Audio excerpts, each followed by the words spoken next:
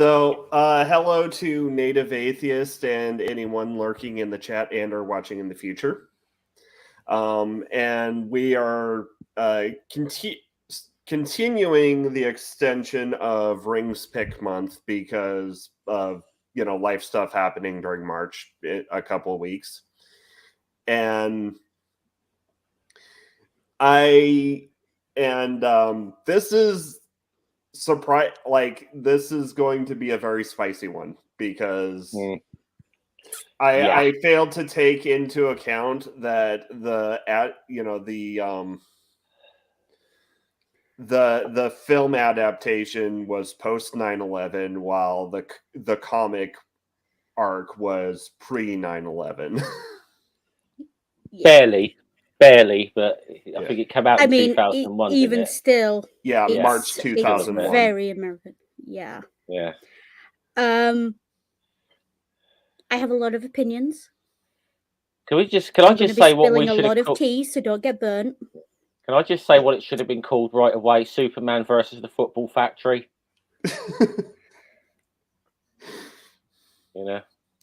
Look, what it should have been called was the sheer fucking irony and the gall of Americans to put this shit out there.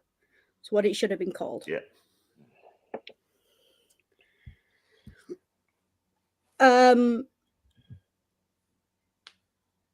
Full disclosure, I'm from the north of England. I'm from an area that looks very similar to where Manchester Black is from.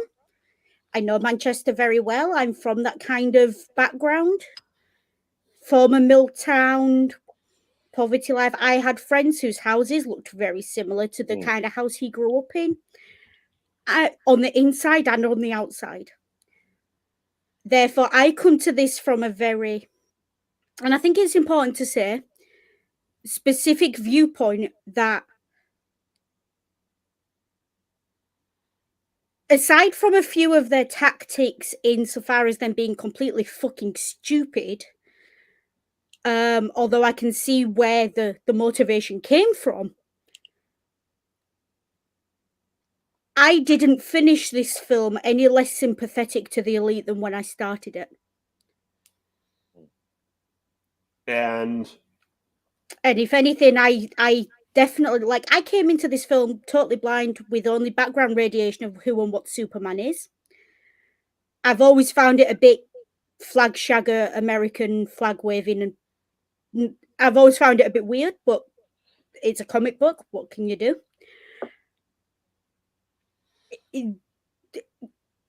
I think this is the movie for me that's taken Superman from kind of cringe in that way Americans can be about their country and their patriotism to full on, how can you not see your own faults? And I'll tell you what's wrong with truth, justice in the American way. The sheer fucking irony and the hypocrisy of you fucker who's trying to sell it. That's what's wrong with it. So, in other words, maybe we should have actually gone with Red Sun. Yeah, I think if we revisit Superman, let's do Red Sun because that is such a good book. But yeah. So coming, this was Ring Pick Month, and here's how I was coming into the movie. I was a fan of I read the comic in high school.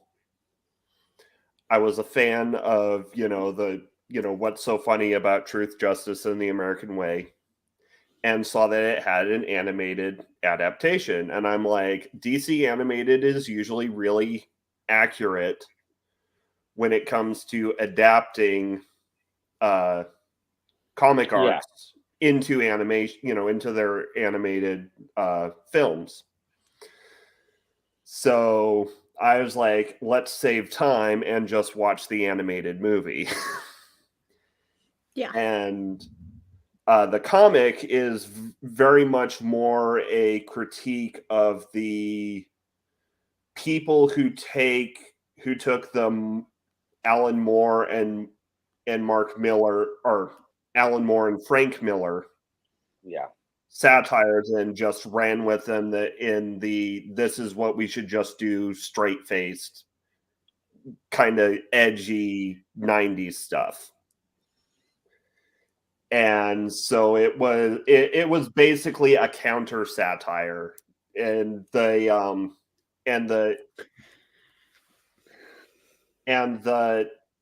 actually they kept the bit that tells you that in the movie.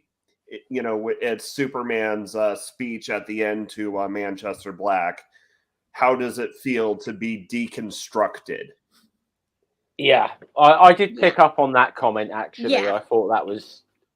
I did pick up on it, and I see what it was getting at. However, look, I think I trust your judgment. So if you say that the comic has a different approach, for me, this movie was not so much a deconstruction of grimdark or violent, the idea of violence as the answer to anything. To me, this was a blatant, systematic attack on those raised in poverty, those with trauma, and those who actually understand that sometimes life is not all sunshine and roses, Yeah. and that sometimes justice requires more than just stepping back and letting flawed politicians lead. Yeah. Like, this is very much post 9/11 global war on terror propaganda, this entire movie. And I will not be swayed from saying that. There's nothing you can say that can convince me that that was not blatant post 9/11 pro-American propaganda designed deliberately to ensure that anyone who watched it felt 2 inches tall for daring to oppose the entire thing and how it was run and how it was managed.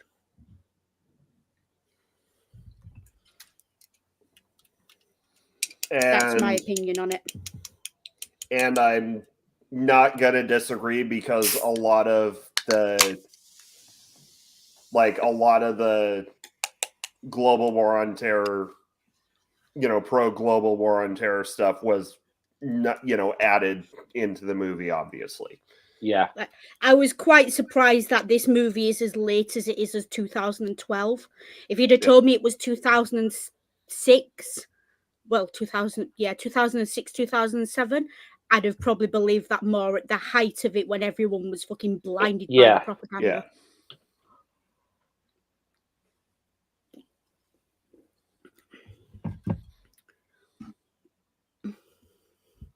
So, I mean, I've got notes going through this chronologically.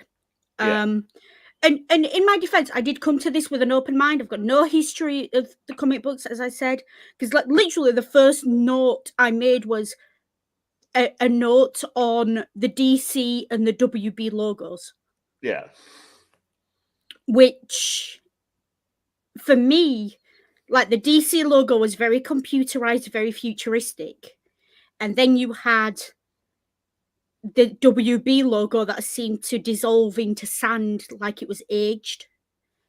Yeah. And I wonder if that was a commentary on something, but I don't know the history of comic books enough to ask if that was I don't think it was an intentional commentary. I think it was just put in because it looked cool.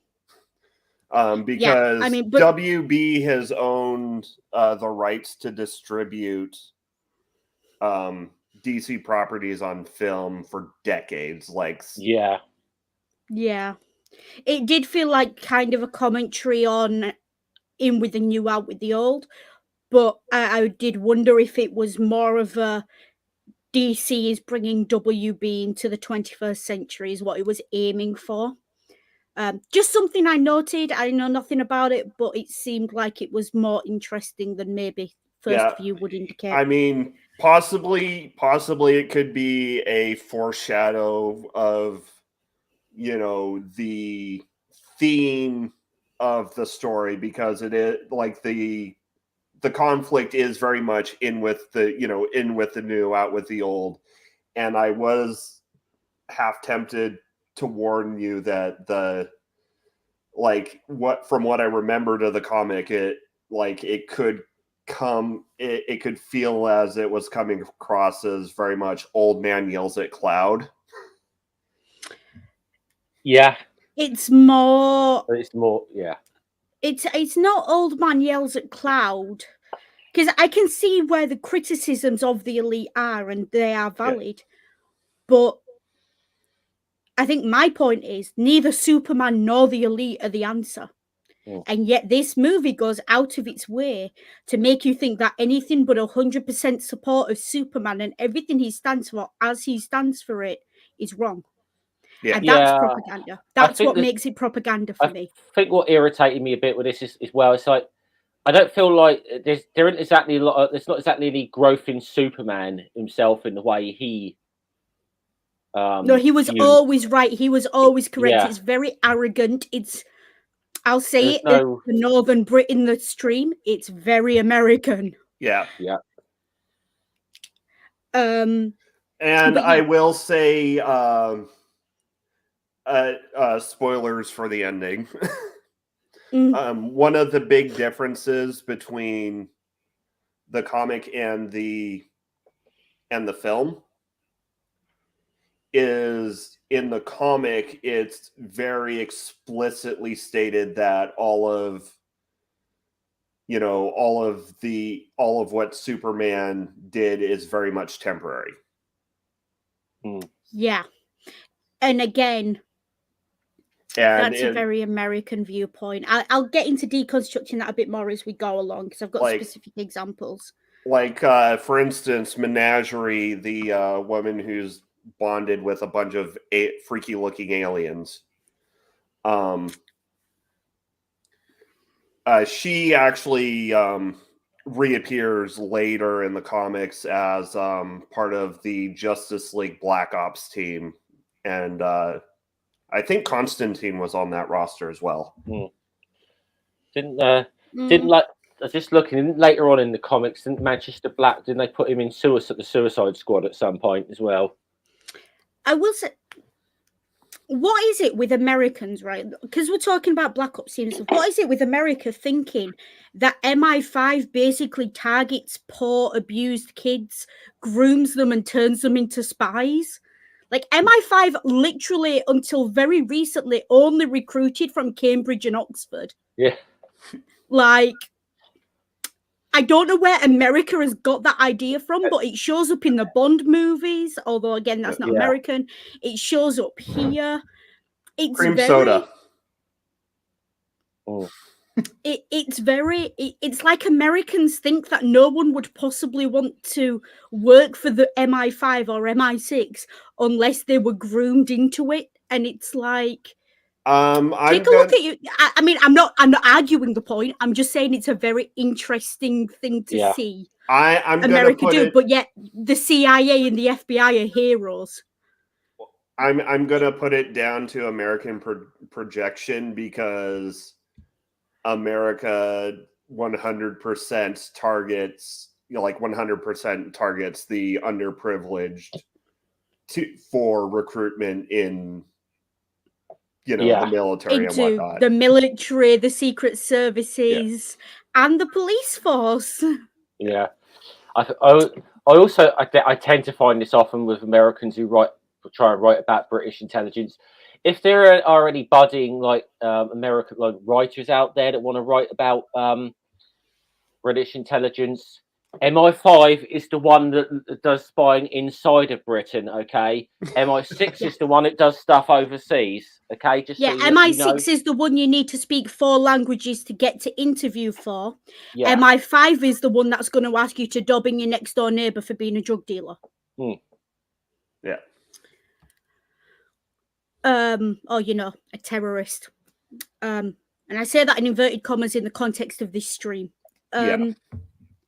And also in the context of 2012, when there was a Crime Stoppers advert. Do you remember the Crime Stoppers adverts, Scummer? Oh, yeah. Dobbing a dealer and report suspicious behaviour of your neighbours. Well, fucking looking back on it, was Stalinist as fuck. And asking people, to watch their neighbours and look out for suspicious things. To the point, I don't know about Scum. I live in Bradford. It's a massive Muslim population here. And yet I still, because of the global war on terror and growing up in that environment before I knew any better, I still look twice if I see an Asian-looking person, and by Asian I mean Middle Eastern, looking person carrying a large rucksack in public transport. And I'm a vaguely Middle Eastern person carrying a large rucksack on public transport. I mean, obviously there was a famous case in the London Underground station of the British police actually shooting a man dead. Turned out because he was running for a train. Yeah, it turns out he wasn't even like Middle Eastern. He was from Brazil, but it's like, oh, he's got the right, to say, skin complexion. He's the wrong colour and he's got a funny accent and a big bag, and that's enough to put a bullet in him. Yeah, insert the Family Guy palette test image. Yeah. We have by the way, Ring, you have a question from Native Atheist. And I answered it.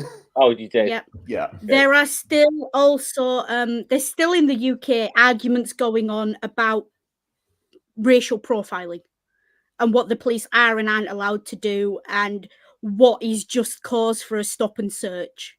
That argument is still going on. I think I saw some news on it recently, but I don't remember exactly what the details were. But there was a point where the British government, the fact that you looked Middle Eastern was justifiable cause to stop and search you in the middle of the street. Yep, I think it probably still is. I don't, Probably still is, but now it's on the weird side of legal, so they'll come up with a bullshit excuse instead. The stop and search policy was, should we just say, very disproportionately people of colour were stopped and searched by very much so. Yeah. And I, as a teenager, was stopped. Yeah. Yeah, I was stopped as a teenager twice. And like in a Catholic school uniform, I was stopped as a teenager twice for stop and search, under stop and search powers, for no good reason. Because I happened to be in a Catholic school uniform and not look exactly white. And that apparently pinged on the cops' radar as potentially suspicious. Yeah. So yeah, I have opinions about that. Yeah, back to the topic at hand. Yeah. I say that because I'm talking about the background noise of the global war on terror, because that's how this movie opens. It gives us a montage of the background noise of the global war on terror. We get Dr. Light, we get mention of sanctions, we get mention of weapons of mass destruction, all shown in this news montage that we see. Yeah. And then we immediately cut from that to the very villain-coded, very queer-coded, very poor-coded line from Manchester Black, the first line we hear from him. Yeah. And they really lean into the tropes of making him look like a villain and making him look queer and all of that from the very beginning. Yeah, I thought it was quite weird that how they managed to make the guy look, look both like stereotypically queer and a football hooligan at the same time. And punk and like, and his accent was all over the place as well, and his dialect was all over the shop. It settled down later in the movie. I was a little surprised because I just did check it up. It was a British actor who voiced him. But the British actor wouldn't have written the script, so couldn't control the idioms like lads and lassies. I felt it was going from occasionally London to like Manchester to even once or twice a little hint of Scottish accent came through. Yeah. I thought it was like, it's like, okay, it's this character. I mean, I suppose really, look, he should have had a Mancunian accent if he really, I suppose. But he should have had a proper Manc accent. Even someone with my accent would have been closer than what they actually used. Yeah. And to be fair, to be fair, just because he's British the actor's British doesn't necessarily mean he can do regional accents. No, it doesn't. It's anyone who's seen me try to take the piss out of a northern accent will tell you I don't do it very well. As anyone who's ever seen me try and do any accent but my own. Yeah. And I'll tell you straight away that accent was not naturally northern because my accent hasn't come out talking about it. Yeah. I do tone my accent down on streams, folks, believe it or not. And I know I have a very thick West Yorkshire accent. It's like he should have sounded very similar to me. Like the Manchester and the West Yorkshire accents are very close. The Manchester's got a bit more fruit in it, and the glottal stop's a bit broader. Yeah. But generally, it's very like I have been mistaken as being from Manchester when I've gone south of Barnsley before, and yes, I was deeply offended by it. Let's move on. Yes, it's similar to how a lot of people who think I come from the West Country, and I don't. Yes. You know, I've had people ask me if I'm from Sheffield, Manchester, like all this area, everything between sort of Barnsley and Manchester on a map. Yeah. If you're foreign, I don't expect you to hear the difference, but there are differences in the accents. But and you know, this is me coming from, you know, from my position. I'm pretty sure that Manchester Black is so aggressively Brit coded, as possibly as a jab at Alan Moore. Probably, yeah, quite what, or a number of the British comic writers at that time, to be honest, as well. Yeah, because very much what launched the dark satire movement in America was basically a comic book version of the British invasion. Yeah, it was. Because Britain had a sense of humor that went beyond fart jokes and shit jokes and laughing at people falling over. I mean, Britain's comic industry wasn't strangled by the CCA. Yeah, well, this is the thing. The comic industry is largely working class people having a pop at the authorities.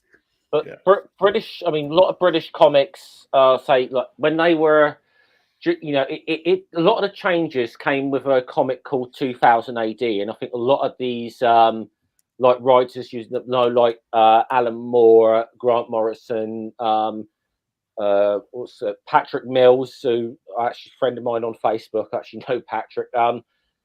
I think Neil Gaiman may have done one or two bits, but it was that because before that it was all sort of stuff like you had the Beano and the Dandy, and then like you had these things like the Eagle and, you know, Dan Dare, those kind of but suddenly you had like 2000 AD, which is stuff like Judge Dredd, and you see the difference of where and it's a lot darker, it's a lot more satirical. 2000 AD, you know, got a bit of a following in the United States as well. So I think it was like, a lot of the big two American comics, they wanted to hire like the Alan Moores and Neil Gaiman's and so on. I will say, just pointing at the titles, just to talk about the titles a bit more. The design of the titles with the colours and the zigzags and that's very 90s. Like, I would, if you'd have asked me based purely on those titles when this movie was made, I'd have said 1996. Yeah. It's like, it's very Fresh Prince of Bel-Air. It's very Saved by the Bell. Like, that's the vibe those titles give me. Like, in Britain, it's Grange Hill. It's that sort of era. Grange Hill's like I think they were trying to evoke like a golden age comic books kind of mindset with the titles, because, you know, a lot of the art was like very old, you know, late golden age, early silver age style of comic book art. Yeah. And I mean, especially in the movie within the movie. Yeah. That was very much that had a Danger Mouse vibe to me, with like the way it was drawn. It was just very, I think it was supposed to be cringe. Yeah. But it was cringe. no, like, yeah, it was like after that, like, little, cartoon within the animation ended, like, it pulls back to Lois and Clark, Lois Lane and Clark Kent watching it, and Lois is like, this is really cringe. Yeah. But this is where my first issue with this movie begins to take root. Because the conversation he has with Lois, she knows he's innocent. She knows that she's asking these questions because she's cynical about what's happening here. Yeah. And the making of that movie. And he kind of rolls his eyes at her and sort of says, yes, I've got a contract. Yes, I did this. Yes, I did that. As if he's kind of irritated at her for even asking the question. But the truth of the matter is he's very innocent, and he has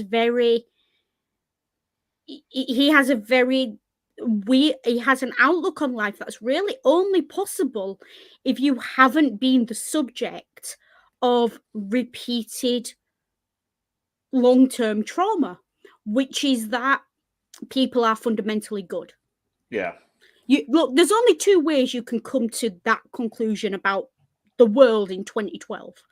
Yeah. Either you have lived with your head in the sand and you don't know shit, or you've done so much therapy and had so much support and love and help from so many different avenues that you've circled back to that idea. And he very much comes across as the former. I mean, grew up in small town middle America and is physically incapable of being harmed by most things. Yes. Exactly. And it shows. And it's a very, in the UK, we would say he comes across like he's born with a silver spoon in his mouth. It's very, as a working class kid in the UK, he winds me up. Yeah. Because he's so blind to the systematic issues that cause problems. And he's so unwilling to see that actually the world is not good versus evil, and the world is not all sunshine and roses, that he utterly fails to deal with the issues. And I appreciate that I am now giving life to the exact argument that Manchester Black makes throughout this movie. Yeah, and which is why, in my opinion, a lot of the best Superman stories are Superman versus Lex Luthor, especially as Lex Luthor became less cartoon evil mad scientist and more into his modern adaptation. Because, Lex Luthor is, intelligent, he knows people, and he uses the system against Superman. It brings it more into a competition of brains and ideals versus just a slap bang punch fest, and more often than not, Luthor ends up kind of winning. I mean, I would say I've seen a few old episodes of Smallville. That seemed to be the approach, as Superman as the little guy fighting against the system that's geared against him, which, while still very American in how it presents Superman, is a lot more relatable to me than this beacon of virtue who thinks he's untouchable, daring to look down his nose at us, those of us who are not super strong and untouchable and don't have the background he's got to have his worldview.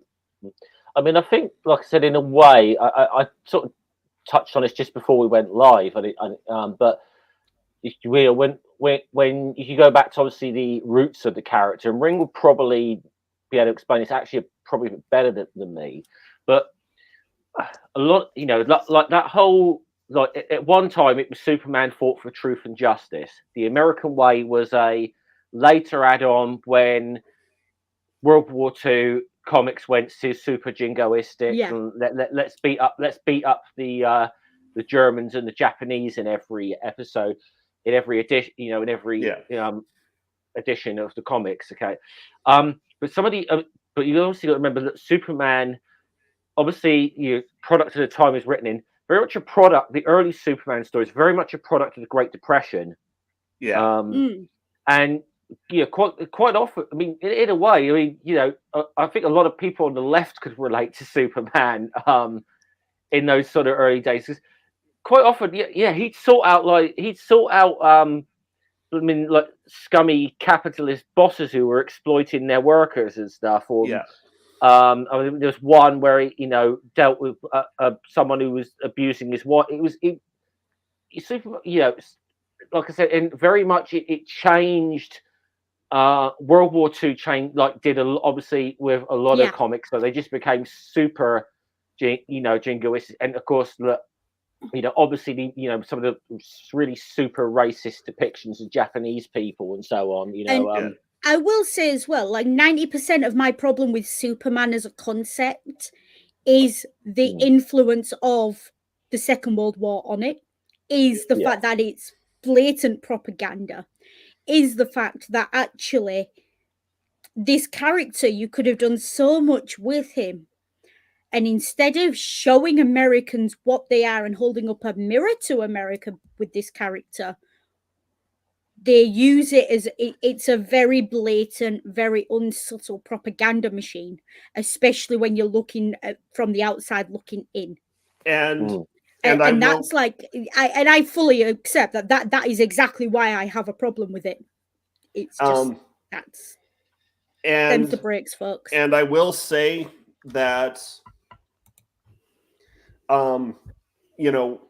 so,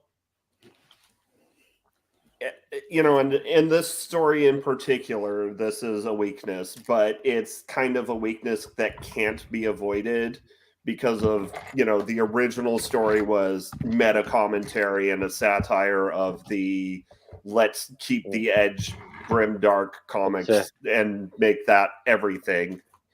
It's almost the satire of a satire in a way, isn't it? Yeah, it is basically that Superman is all too often treated as an archetype instead of as a character. Yeah. Yes, and that's a lot of my problem. Yeah. It's that Superman is not a character. Superman is an idea. And the problem is Superman is the archetype of what America thinks of itself. And America fails to critically engage with what Superman is. And, in the comic, it was like I said, it's a necessary evil of this story because Superman was, it had to be Superman because Superman is the archetypical old school comic book hero. Yeah. Yeah, he I mean, Superman is sort of like the blueprint that so many of the superheroes kind of followed in their own way. And then obviously, when I think, when you get to the Silver Age and some of the newer characters that are a bit more, have a bit more depth to them, shall we say? Yeah. And I think obviously, where this thing goes is like I said, I made the Daredevil versus Punisher reference. You started to have in this. I think it started in the 70s where you started to have these kind of like anti-hero type characters come in, like the Punisher, for example, or even Wolverine out of X-Men or something. But these characters that will kind of basically, as as the comics code started crumbling away, I mean, we started getting more darker heroes. Yeah, and it added the variety that comics needed at the time. Yeah, Wolverine is is basically what happens if you put Clint Eastwood's Dirty Harry into a comic book and give him claws. And and that only skyrocketed after the success of works like The Watchmen and The Dark Knight Rises, and it led to the modern grim dark Edge era. Yeah. I mean, my problem with Superman, let me see if I can lay this out for you, right? On the assumption that Superman is deliberately and by choice an embodiment of the American ideal, the American dream, the American way, as it were. Yeah. And that's deliberate. And therefore Superman becomes a representative of America, becomes the America embodied. Yeah. What does that say about America, that the character they've chosen is a strong man with only one worldview, an unwillingness to hear any other worldview, who's more powerful than everything else, and only through the goodness of his own heart doesn't destroy the rest of the world? What does that say about America, that that's what America thinks of itself? Yeah. That's what winds me up about Superman. Because America thinks Superman's this great paragon of virtue, and look how kind he is, look how decent he is, look how good he is that he doesn't destroy us or torture us or do all these terrible things. That's the same arguments Christians make for why you should obey their God. Yeah. That's the exact same argument. If you don't obey, you'll go to hell. If you don't obey, he'll destroy you. Well, who's the guy?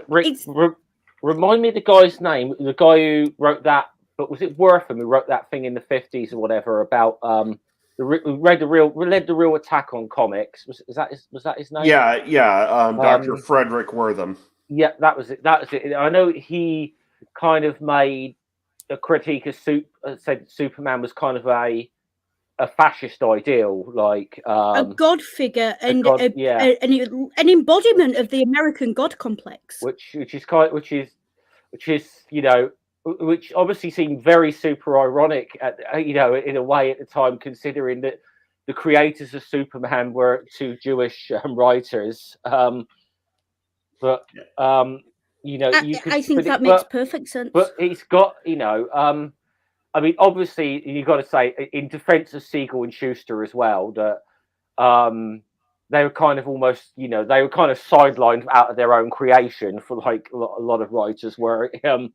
So I probably not necessarily think, to be fair to them, probably not necessarily responsible for everything that's wrong with Superman. But I do actually think, and please let me get to the end of this sentence before saying anything, just because I don't want to be cut off midway through and be mistaken in what I mean. Yeah. I think it's very understandable that two Jewish men wrote this character and that this character has the fascist tendencies, because what happens is these Jewish men, they're oppressed, their people are oppressed, their people have been through a genocide, and what everyone wants, like it or not, is revenge. And they are human, and they've written that into their media, and then they've idealized it. And this is what we do. Like, we look for, we create heroes, we create escapism. And absolutely, the idea of this pure, true, just, absolutely like Jewish analogy, rising up and stamping on the fascists and throwing them in jail, that makes perfect sense to me. That makes absolutely perfect sense, because that's what all oppressed minorities do. We all do it. We all imagine that there's some great paragon out there who's going to save us and who's going to represent all of our interests, and who is, and therefore is not able to be criticized because they are the perfect good. They are our escapism from a world that wants to destroy us. So I absolutely understand how two Jewish men wrote this character, but how that character became very, very jingoistic. Because I don't believe that was the intention, but what I believe is, when you're creating a character for escapism, you don't allow for space for that character to grow beyond being your escapism. And there comes a point in history where your escapism is then no longer necessary, because times have begun to move on, and people are growing past the need for that character. And then when later writers have come along with that as the foundation, the only logical conclusion is that it becomes an enforcer of ideas and of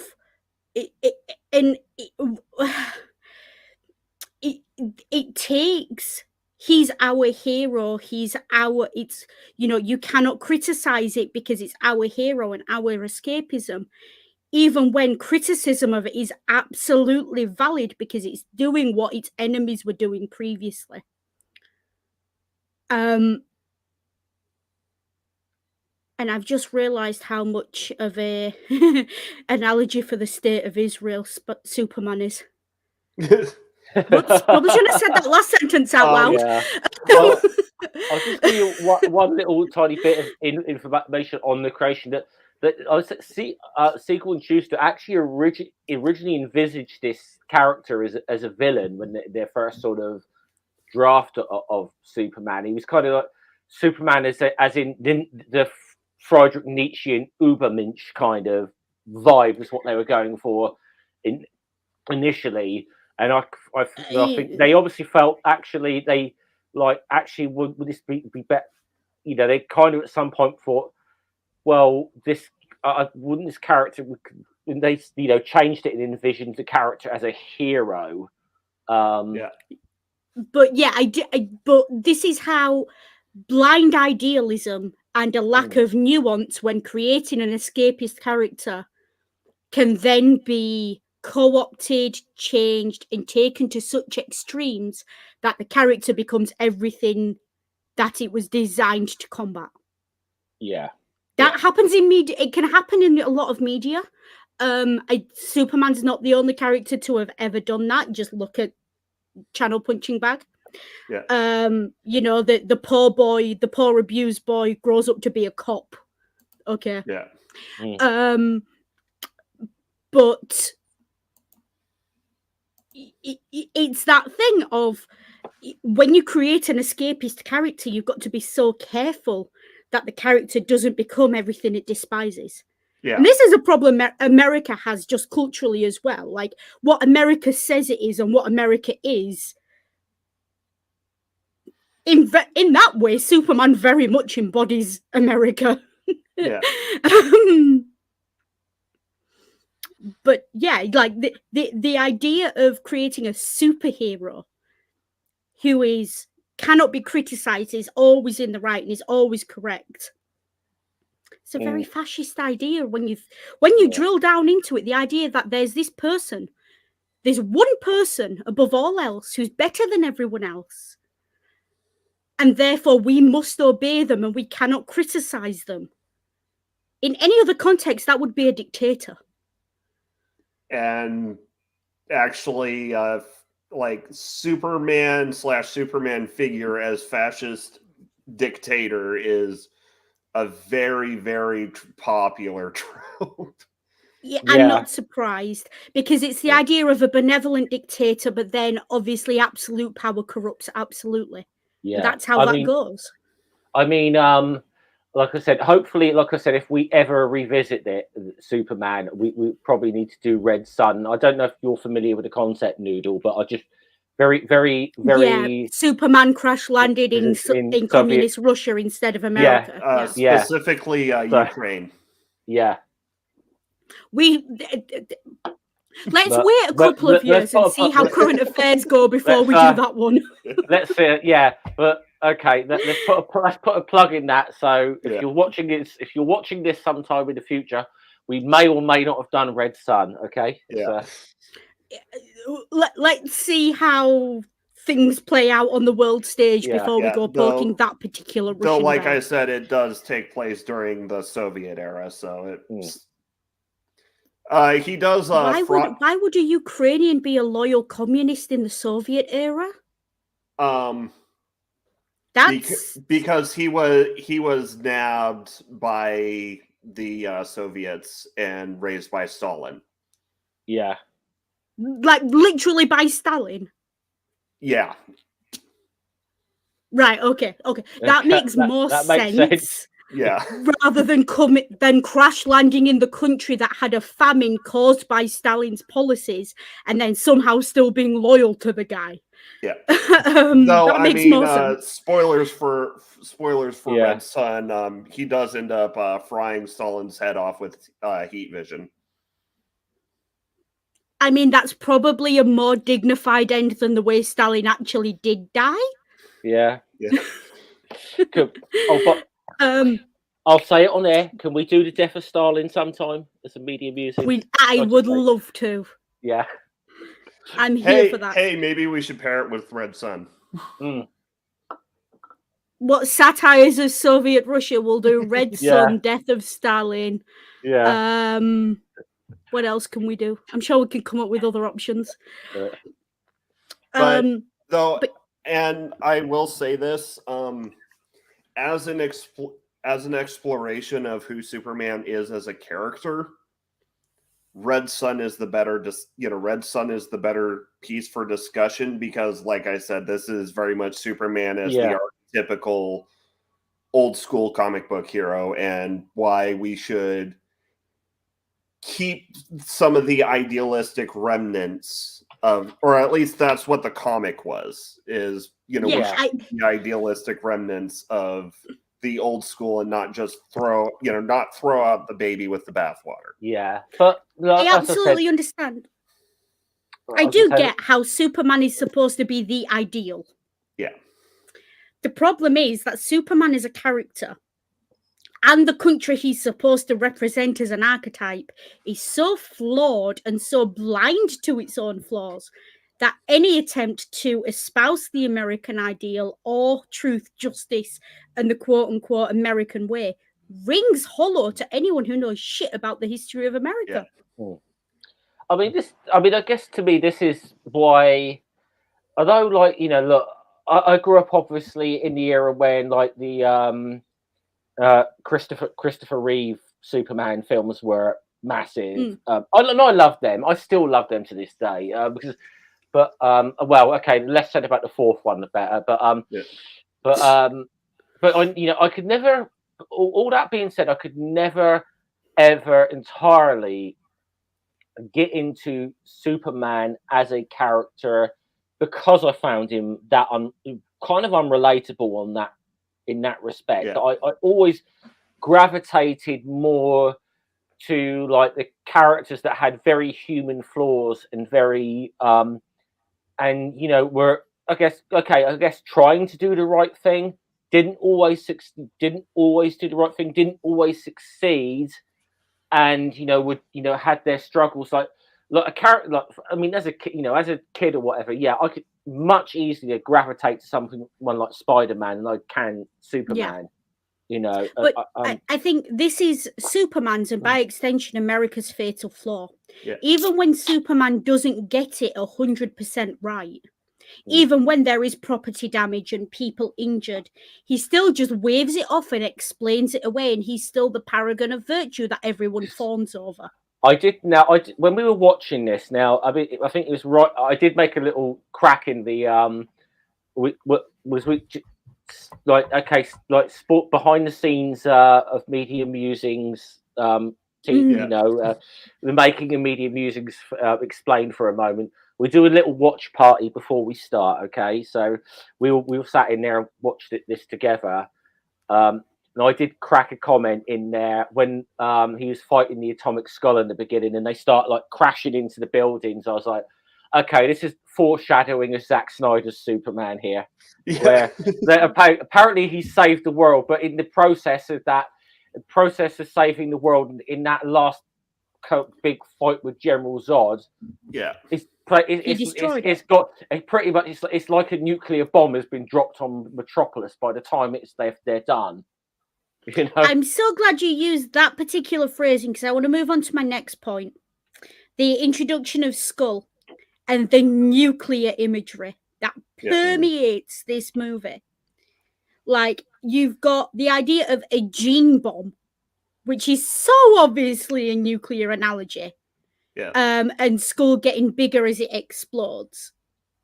You've also got, I don't know about anyone else, and I know I put it in our pre-show group chat, of that guy, the quote-unquote just lawyer who was killed, came running, and he looked skeletal and everything else.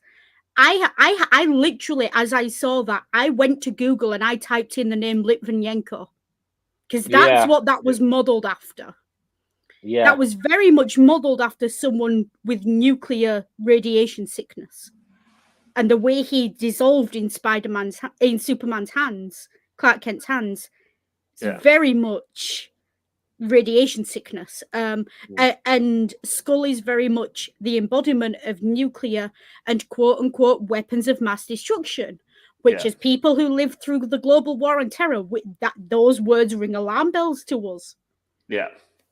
Because he's, you know, and even when he's captured and then we see them draining him of energy to keep him under control, like that's. And once again, that's another thing about American ideology. Like Superman says, "No, I'm not the law. I only." But you are handing him over to be tortured, potentially for how long? Like, what part of that makes you think you're the good guy? And that's very much, I think, you can. I would hope it's a self-aware criticism of Guantanamo Bay. But I doubt it. And once again, that was, you know, something added for the movie, like that. Yeah, but the idea that you would capture someone and then use them for it just, it rankled. And the fact that this was viewed as the paragon of virtues thing of capturing people, stripping them of everything they are, and then torturing them indefinitely. That's not a good thing. And you might not be the law. You might not be judge, jury, and executioner, but you're the one who put that person in that situation, and you have a responsibility for that. Like that's a very American thing not to see that. It's just very American. Like I'm pretty sure it was like the Toy Man or something in the comic. Yeah. But even still, like, and then we see the introduction of the elite, like the proper introduction, and immediately we have our casual British racism. Yeah, This is why I kind of made like the football hooligan kind of jokes earlier. The comment of, you know, when this is over, I'll take you to a Chinese. Yeah, like, this was all. Is she even Chinese?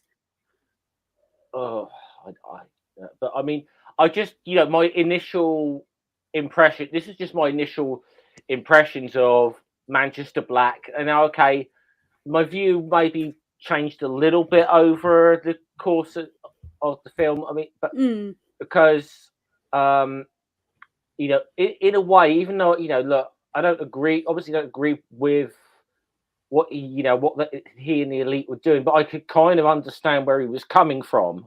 That was the thing. I could understand where this guy's coming from, even if I don't agree with it. And very much so. But I think, the initial first impressions I got of him was like, okay, this is, and I kind of thought, this is what Americans think that British soccer hooligans look like. I got that vibe.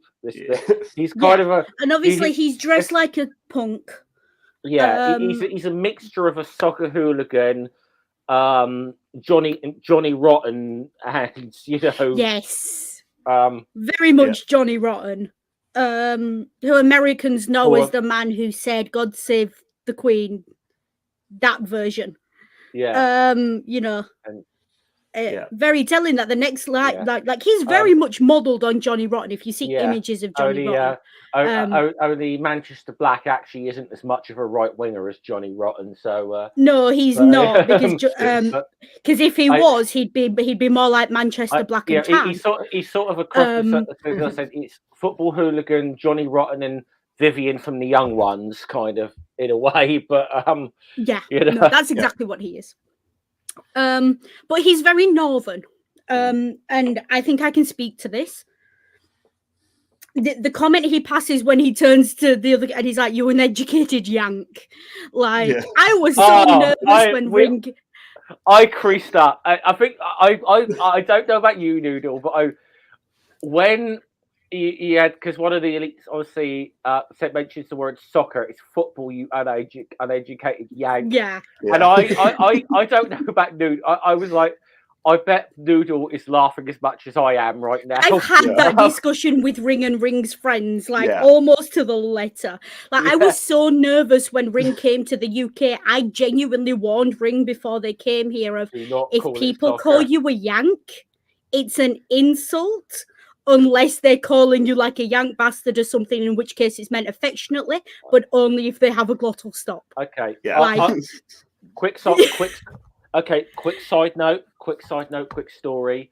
I think you guys both know at one time I used to do US Civil War reenactments as a hobby. Yep. Okay. Yes. Well, the one time I went to the United States to do that, I went to I went to Kentucky, and it's just sort of walk. We're on a bit of break time, so I was just going to have a little walk somewhere, and I accidentally, me and my friend accidentally walked in front of somebody taking a photo of these two Confederate soldiers, and this blooming like guy in a Confederate uniform says, "Get out the way, you damn Yankee!" And I turn around and says, "Oi!" I turn around and says, "Oi, mate, I'm from England, where I come from. You're the fucking Yankee." So, perfect. Yeah, because like I've had it. Like I've had it with Americans from the South who are like, "I'm not a Yank. Why are you calling me a Yank?" I'm like, "Darling, you're American. You're all Yanks to us." Yeah. And it's something I had to explain to Ring when we first met, and Ring came over here, and Ring couldn't understand that. I think give it like 10-15 years.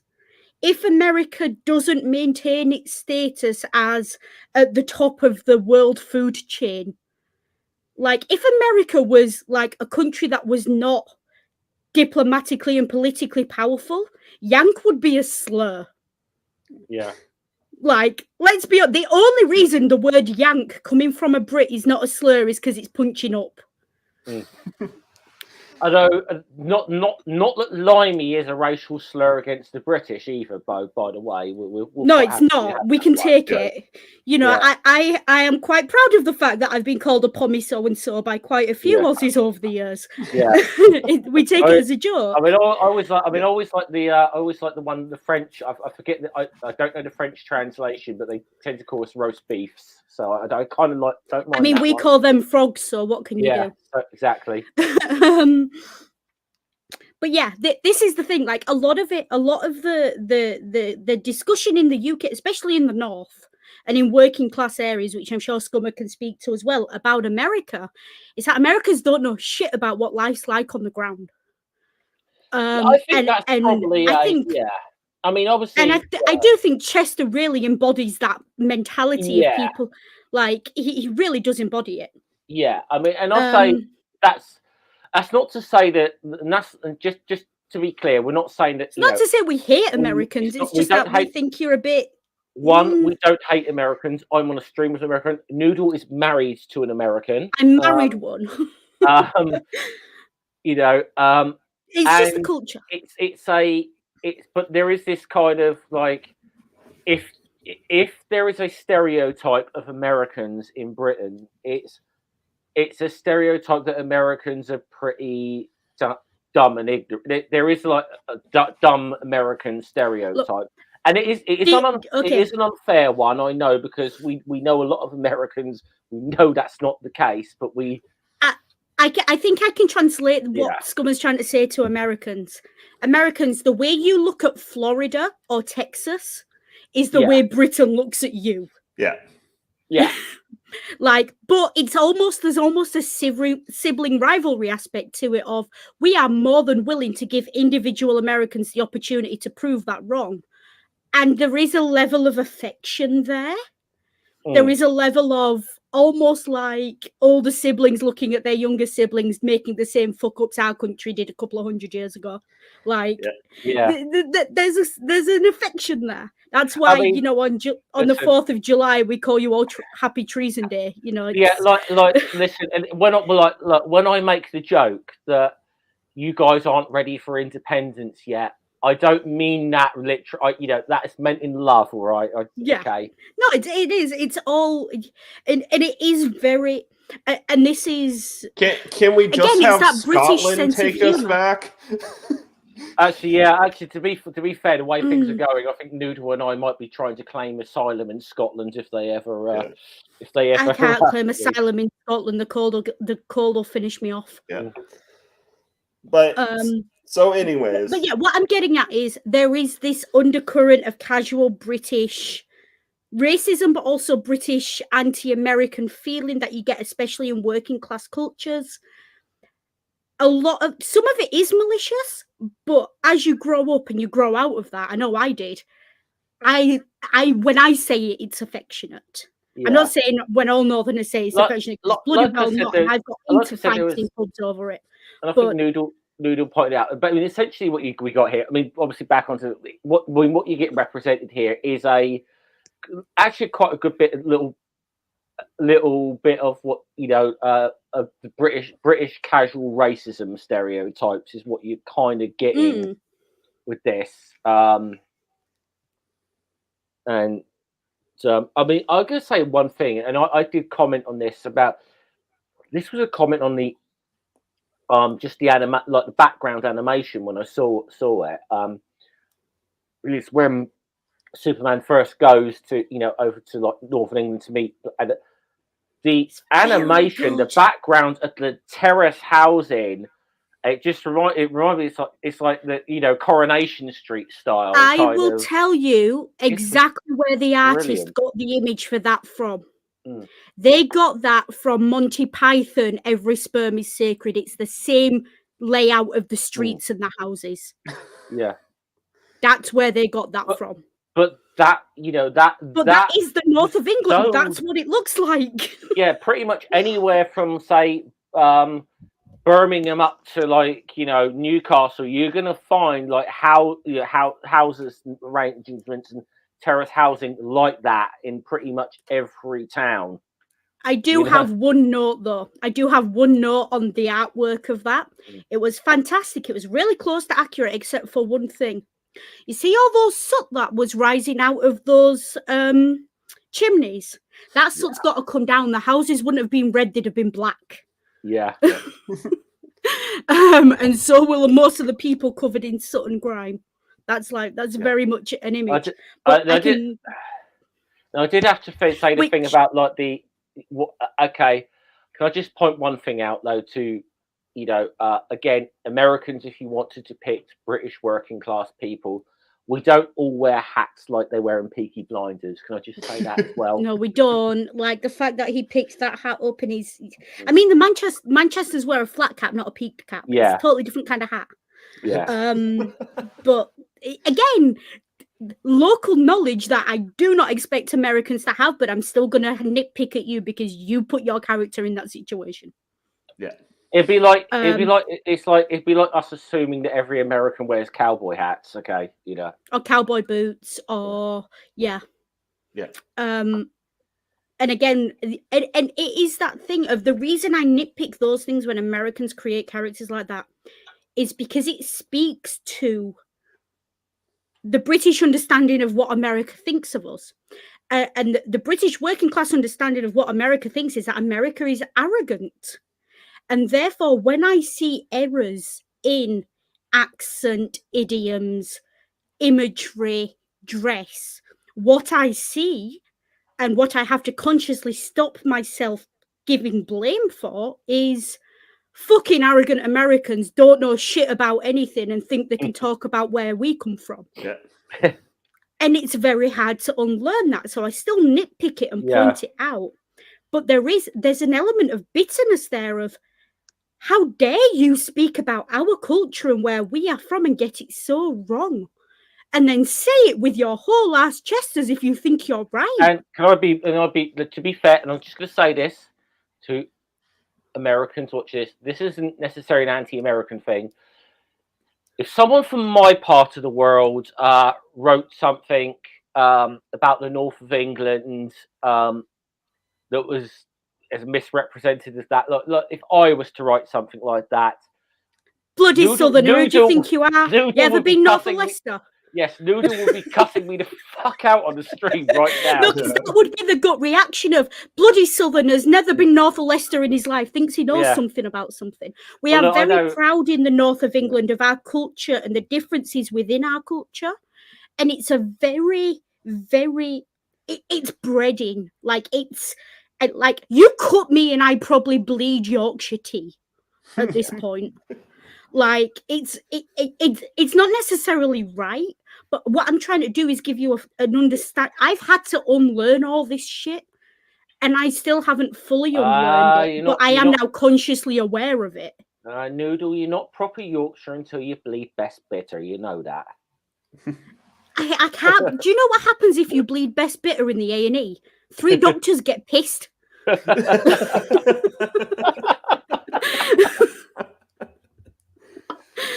Oh dear. But you know, like, yeah, I mean, they just say that there is a north-south cultural kind of divide in England, especially in a sense. And there is a very strong Yorkshire identity, and a very like there's the Yorkshire identity, and then there's the Northern identity. Like, I don't like Lancashire. I don't like people from Manchester generally. But if a war broke out tomorrow between London and Manchester, I know what side I'm on. I'd say if people unfamiliar with this, go and check out Monty Python's Yorkshireman sketch, okay? Yeah, very much so. And the thing is, as Yorkshire folk, we lean into that. We very much do. You own that shit totally. It's like Londoners thought they were insulting us by making sketches like that. They didn't realise we're very proud of the fact that we're that way out. You own that shit. Yeah. I figured it was best to let the Brits discuss Manchester Black. Manchester Black, I mean, I like him as a character, but then I always like the villains. I always like the morally grey characters, the working class characters. And I do have more to say on him later on, but I want to kind of there's a can I ask one question before you go with this? Ring, can I ask a question about what certificate did this film have when it came out? Because I am trying to work out if Americans know what certain British words mean. What do you mean certificate? Like what age rating did it have? You might not have been able to catch it from under the the StreamYard thing, but it did flash PG-13. Okay, yeah. Americans definitely don't understand British slang. Yeah. Okay. Wanker is like saying jack off, okay? Just so you know. Yeah. To wank is to jack off, and a wanker is someone who does it. Yeah. This is if a Brit does this to you, it means you're a wanker. For everything that is wrong with this, for everything that we said that's wrong with this movie and so on, that was spot on. It is worth it just to hear Superman call someone a wanker. Well, I do never want to hear that. I never want to hear that line from an American again, because that line was fucking. It was so cringe coming from an American. Like when Americans say bloody, like Ring, I love you, but when you say bloody, it makes me cringe. Yeah, because your accent just don't work. It's like, okay, I'll call someone out by name right now. Diesel, Isaiah, I love you. You're a good guy. Stop saying Todger. It doesn't sound right coming from you. Oh, I never want to hear that coming from an American accent. But yeah, like Ring says bloody sometimes, and Ring says the word wanker sometimes. And the problem is, right, those two words, they require something resembling a British accent or a glottal stop. So when you don't have one and you pronounce every letter like Americans do, it just... Right. I love you, Ring, but it does make me cringe. Listen, like I love you in spite of it, not because of it. Okay, I'll try to get it's like Brits trying to use the insult. Try to use the insult shitbird. It doesn't sound right coming from us. It only sounds right coming from an American. Wanker is probably using the insult what? Shitbird. You know, Shitbird. Yeah, I Yeah. couldn't say that, and I couldn't put any power into that. Ring, you're in Baltimore now. You'll get to hear that one. Mm. But there are certain American words, like when you hear a Brit say the word awesome, like Yeah. that felt weird in my throat. Yeah. So Just Yeah. but All right, I'm going to step out for a couple of minutes. I'm kind of a bit of pain here, so you know. yeah.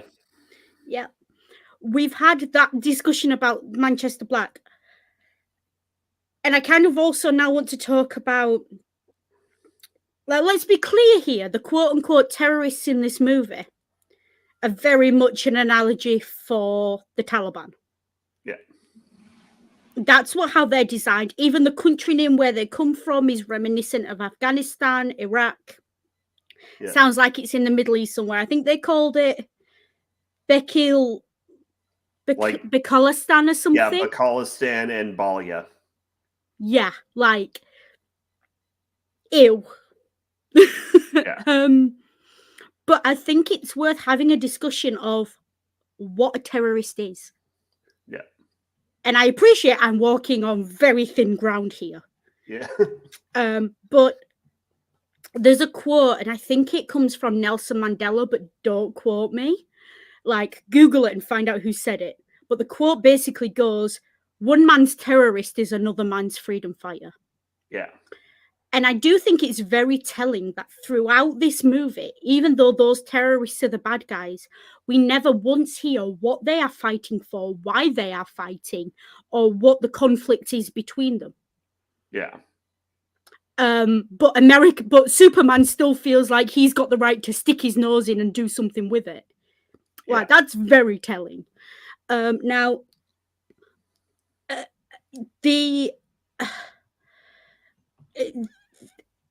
yes, like it's obviously like this movie is so obviously post 9/11, like you can hear the plane engines. Yeah. Like it's not pretending to be anything but global war on terror post 9/11 propaganda.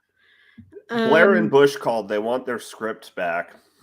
Yeah, like I'm pretty sure the script for this movie is the so-called dossier they showed Blair, because wow.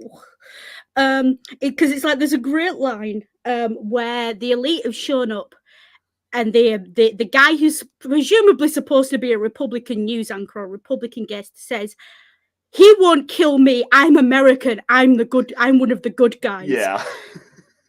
And I just having had that discussion about Manchester Black and what Northerners, especially in Britain, think of Americans, do you understand why I physically put my head in my hand when I heard that line? Yeah. Like, I physically face palmed because I was just like, wow, is America blind? Yeah. Like, he's not some Londoner who's gonna wave a flag and welcome you and, you know, But that treat you being like a said, tourist. He's that pundit is like is depicted to be an asshat who's in the wrong. Like, oh no, during very the much so. interview. Like, that is a very self-aware moment in this movie. Yeah. The problem is that Superman thinks the same way, but he just doesn't say it explicitly. Like, Superman thinks that he can reason with Manchester Black and the rest of the elite, and yet he absolutely fundamentally fails to understand where they are coming from. He goes to a city in the north of England, and what does he do? He flies over it and doesn't land. And then he thinks he knows something about where Manchester Black came from. That's what I mean by the arrogance of Americans and their opinions on Britain. That embodies that idea. And it very much plays into the stereotype as America as being this arrogant, patriarchal, very white man's burden attitude. Yeah. And I say that coming from the UK, where the origin of that term happens. So believe me, I'm aware. But that's what it's viewed as. America looks at some parts of England as if England is its white man's burden. And that's why there's the animosity there. And therefore that line of very self-aware by the writers, did like that they put it in the mouth of that particular pundit, particularly as he's arguing with a black guy. Yeah. Just no notes, absolutely no notes. But the whole, it's very much, it's like this movie is very much aware of how the world views America, but isn't able to actually understand why. Yeah. I mean that's how I took it on, but yeah, we're American, we're the good guys, he won't kill us. It's like, dude, he's from Manchester, you're first in line. Like, never mind the terrorists, he's coming for you first, buddy. I did like it. Kind of reminded me of, he was like the, I don't know, Bill O'Reilly, Sean Hannity type, wasn't he? He was very Tucker Carlson type almost, that guy. Like, and I did even the way that it was, even the way it was laid out, it looked like Stephen Colbert interviewing someone. Yeah. Yeah. Like the way that it was very much like the the only difference is that Stephen Colbert knows he's doing satire. Yeah. And if anyone sat in a chair opposite Stephen Colbert and said those things, it would have to be satire. Yeah. Because I don't think Stephen Colbert would have someone on his sofa who would say those things without irony. Which in and of itself is, take and leave how you like that. Yeah. There's a lot of comments that I've literally just written out because I want to comment on individually. So there's that one. There's the you've got terrorist on you. You've got a bit of terrorist on you. Ick. Yeah. Which is funny, but is also very telling. Yeah. Again, sorry, it did kind of remind me of Team America a little bit, that line. But yeah. But again, it's very telling. It's the dehumanization of these people. And it comes back to your definition of a terrorist. Like at this point, we've been told these people are terrorists, but we don't know what they stand for. We don't know who they are. We don't know what they're doing. And we just accept that these people are terrorists. But, where's the dossier? Where is the dossier? I'll ask the same question I asked in 2003. Show me the dossier. Yeah, I think I made a joke in the private chat we were watching about. Looks like they can create a biologically engineered monster in 45 minutes, and that's a direct reference to Tony Blair's dodgy dossier. If people don't know, but because and then there's also something else that Chester says, and I really don't want to repeat it, but I know I have to. And something he says, I think, to Superman or to someone, and I've literally written down 2 words from the quote because I was just like, again, with the casual British bigotry, when he says the words, and I'll say them once and once only, when he says the words, playing spastic. I was wondering if you were going to pick up, because I had a little bit of a reaction to that word. I was, ugh. So did I. I icked so hard. And the thing is, I know Northern people who use that word and they don't understand what it means and they don't understand the history of it and they use it. It icks me out. I've got into fights and arguments in pubs and in public places because of that. Because I've told people that word is inappropriate and wrong on so many levels. And to hear it come from his mouth, like, for me, that's the moment this character, all the villain coding we've had so far, that's the moment this character is never, ever going to be a hero. Yeah. He is firmly in the villain quadrant of the graph. Like, I agree with some of the things he's saying, and I understand a lot of where he's coming from. But me and that guy are never going to be on the same side, because I can't turn my back on that guy, because his opinion of me and of other human beings is that they are subhuman, and he's not shy about saying it. Yeah. And that's a serious ick for me. That's a major ick. Like, that line is only there to make sure you are fully aware that that character is a villain. Yeah, I had a bit of it's like I suppose that it's like using the R word that's ableist nowadays. Yes, it's that very word, much a synonym for the R word. And I grew up in a sorry, I don't want to repeat it, but you know, Noodle said it just for the purposes of the street and to understand. But you know, I kind of live in an era when I grew up in an era, should I say, when that was a very much acceptable term. It was an acceptable term, and there was an era in which the main charity who did work on behalf of people with Down syndrome called itself that word society. That society, yes.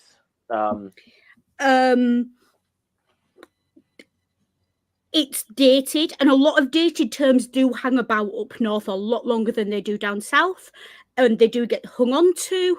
There are certain dated terms that I know I use, and I've been called out for using them, and I did not understand where they came from or what I was using. I just assumed they were northern idioms. I didn't realize there was a history behind them, and I've hurt people by using those, and I've apologized profusely and removed them from my vocabulary. I think we've all probably used language that is quite. I think we've all probably used language that's kind of harmful and not realizing it at times in our pasts. I think you know, it's like a lot. It's not a lot of things you learn and you try to grow from. We talked a bit about this on a stream I did yesterday, and go and check that on a different topic. But we talked about this, and where you know, I mentioned I'm still trying to work on something, you know, with pronouns, for example. I'm still trying to work on that. Actually, after Noodle left the stream, I accidentally fucked up on Ring's pronouns, and Ring very correctly picked me up on it and said, corrected me, and Ring. So, and thank you, Ring, for doing that, because I know because I know it's something I'm trying to work on. I'm trying to get better at this, you know. It's like, I'll give you a prime example, and again, this is not to be repeated. I'm sharing this as a piece of education. Yeah. Because I didn't know, and I bet there's others who didn't. You've heard me, I'm sure, say I'm the kind of person who calls a spade a spade.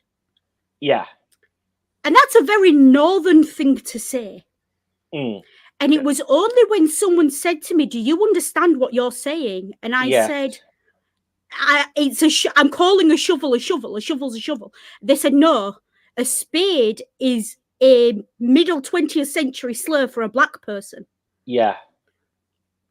And I did not put those two things together until someone told me. And I've now removed that idiom from my vocabulary. Yeah. I did not realize that. Yeah. Exactly. A spade, as in the ace of spades. It's a black card suit. And I did not, because I'm so used to hearing that idiom. And I'm sure the people I picked it up from growing up didn't mean it in a racist way. They picked it up the same way I did. I think it was very much. I think it was a very much I might be wrong about this. I think it was very much an American racial slur. I mean, the one time I've probably heard it used in a film is if anyone remembers the 1980s comedy film Police Academy. Yeah. And someone used that slur. There's sure a lot of that word around here. So just to give an example of how you can fuck up, completely hurt people and not even realize it. But the difference is I've taken that lesson, I've learned from it. I don't use that expression anymore. And I share that information because I'm sure there are people out there who are using it and don't realize as well. Yeah. Oh, sorry. The only reason I use that example was because there was a punchline to it that he used that racial slur. There's sure a lot of around here, only to suddenly realise like he was stood next to the character called Hightower in that film, who is a black character built like Arnold Schwarzenegger, and is looking at him like, "Say that again, just say that again," you know. See, knowing what it means, if someone said that, my gut reaction would be yes, and we're all going to bury you now. Yeah. Like, and turn it around that way. But that's the point I'm making. I did not know, and there's nothing wrong with not knowing. What's wrong is when you are told and you do not grow and you don't take it on. Yeah, that's the difference. But with Chester, is it possible he didn't know and he's just picked it up as a northern idiom? Absolutely. But there is no excuse for that kind of language in a movie in 2012 unless it is deliberately being set up to make that character a villain, because that's the only way the audience receives that word. Yeah. And you would have to assume that Chester, being, we presume it's contemporary to 2012 in the way the movie's created, that Chester would have heard in British society and culture how that word became inappropriate to use, and yet he still uses it. And he uses it as a slur and as an insult. Yeah. And that's the thing. He's not reclaiming it, because I know people who reclaim that word. He's using it as a slur and as an insult. And that's the problem. That's what makes him the villain in that moment. Yeah.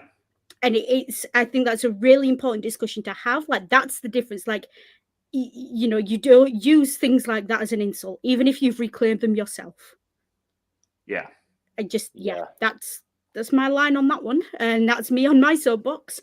I'd get on my soapbox about, I won't actually, I'll save it for after stream, about someone who's said they're trying to reclaim the R word. I'll save that for after stream, actually, because if you are using the word, just because Ring started drama on my channel yesterday doesn't mean I'm going to start drama on theirs. No, but if you are using a word and you've reclaimed it, but you are still using it as an insult or a way to bring someone else down, you are still using it as a slur, and you are still a bigot.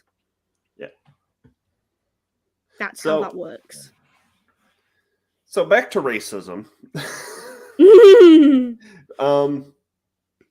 Now, this is so, the critique, or the elite, is designed as a critique of the modern gritty, and yet they're all anti-hero by movement. POC coded, queer coded, disabled coded, and poor coded. Yeah, and I'm not gonna say which way of the Adurzo line this lands on. Because, like, one of the few good things to come out of the blind follow-on to the dark satire movement was, comic book heroes did get a lot more diverse in more than just thought patterns. We did get a lot more. So let me put it this way. I can understand how someone would watch this movie and then be a little bit more vulnerable to potentially fall into rhetoric about the Great Replacement. Yeah. I can because what you're saying is that your minority, non-white, disabled, poor, black characters are genocidal lunatics. That's what you're saying in this movie. Yeah. Whether you like it or not, that's what you're saying. And what you're saying is that America opposes that the paragon of light, white virtue, Clark Kent, Mr. Farm Boy from fucking probably Oklahoma somewhere, opposes that. Yeah. That's not subtle. And I'm glad you brought that up because I did write that down to comment on later, but I just thought I'd say it now. While we're on it. And like I said, I'm not going to make a judgment call on to what side of the Adurzo line that falls on. If I were to, I'm going to say probably in the middle. I will say what I'm saying is that's what you're saying.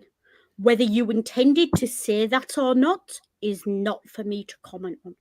Yeah. On that particular one, because especially when you've got a character who was originally created by Jewish men, and there's a lot of history there that I'm just like,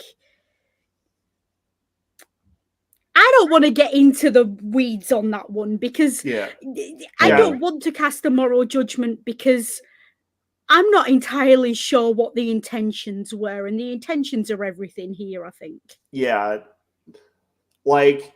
At the most charitable I can be, it's a case of, it's a case of throwing out the baby with the bathwater, and old man yells at cloud. Yeah, I think that's a fair assessment. Yeah, that's a very charitable. Yeah, that's a charitable, fair assessment that I have no evidence to argue against at this point. But my midline most likely assessment is it's probably right smack dab in the middle of the Adurzo line. Yeah, it's walking that line. Yeah. It's like Johnny Cash called, like it's walking the line better than he did. Yeah. It's on the line. You say, I don't know if you brought this up on stream before, Rig. You may have to explain what the Adurzo line. I have. I've brought it up in a video. Yeah. In my Zack Snyder, Frank Miller videos. But for those of you who aren't aware, because this is a coin I've termed, or a term I've coined. You've coined. Yeah. Yes. My brain does the words good. And I'm the dyslexic one. Yeah. But the Adurzo line is the line between ignorance and maliciousness. And I coined it because for Albert, I named it after Albert Adurzo, the artist behind Asterix and Obelix, because the gray area, the gray area between ignorance and maliciousness came up an awful lot in the Asterix and Obelix. It's like what Adurzo was doing was like line dancing across that line, like Morris dancing with a foot over and a bell jingling every so often. It was backwards and forwards over that line. Obviously, we spent like a year and a half going through all of those books, and there was times when you could hand wave it away. It was like, okay, they don't know any better. The times was like, no, you're just being a malicious prick right now. Yeah, exactly. And so the Adurzo line is the line between malice and ignorance. Does neither excuses or justifies the impact of that malice and or ignorance. Yeah. Which I do like that you came up with that term. It's a very useful shorthand. I think it's I think it's a term that really needs to enter the lexicon of like. Yeah. Because there's other stuff as well that happens in very quick succession that Chester does.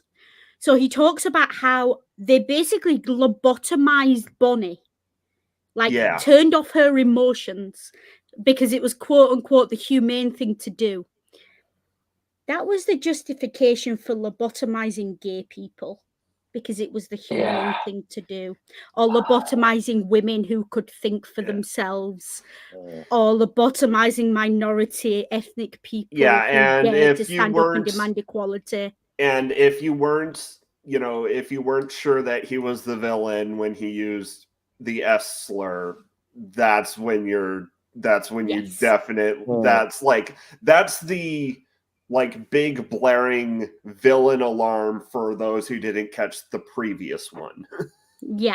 But then there is another line he delivers, and it's so telling that an American writer thinks that this is indicative of a villain. when he talks about Hat and he says he does this every time, he gets blasted after every fight. That an American writer thinks A, that someone who thinks that is normal is a villain, but B, someone who does that is a villain. Because what that is a symptom of is post-traumatic stress. Yeah.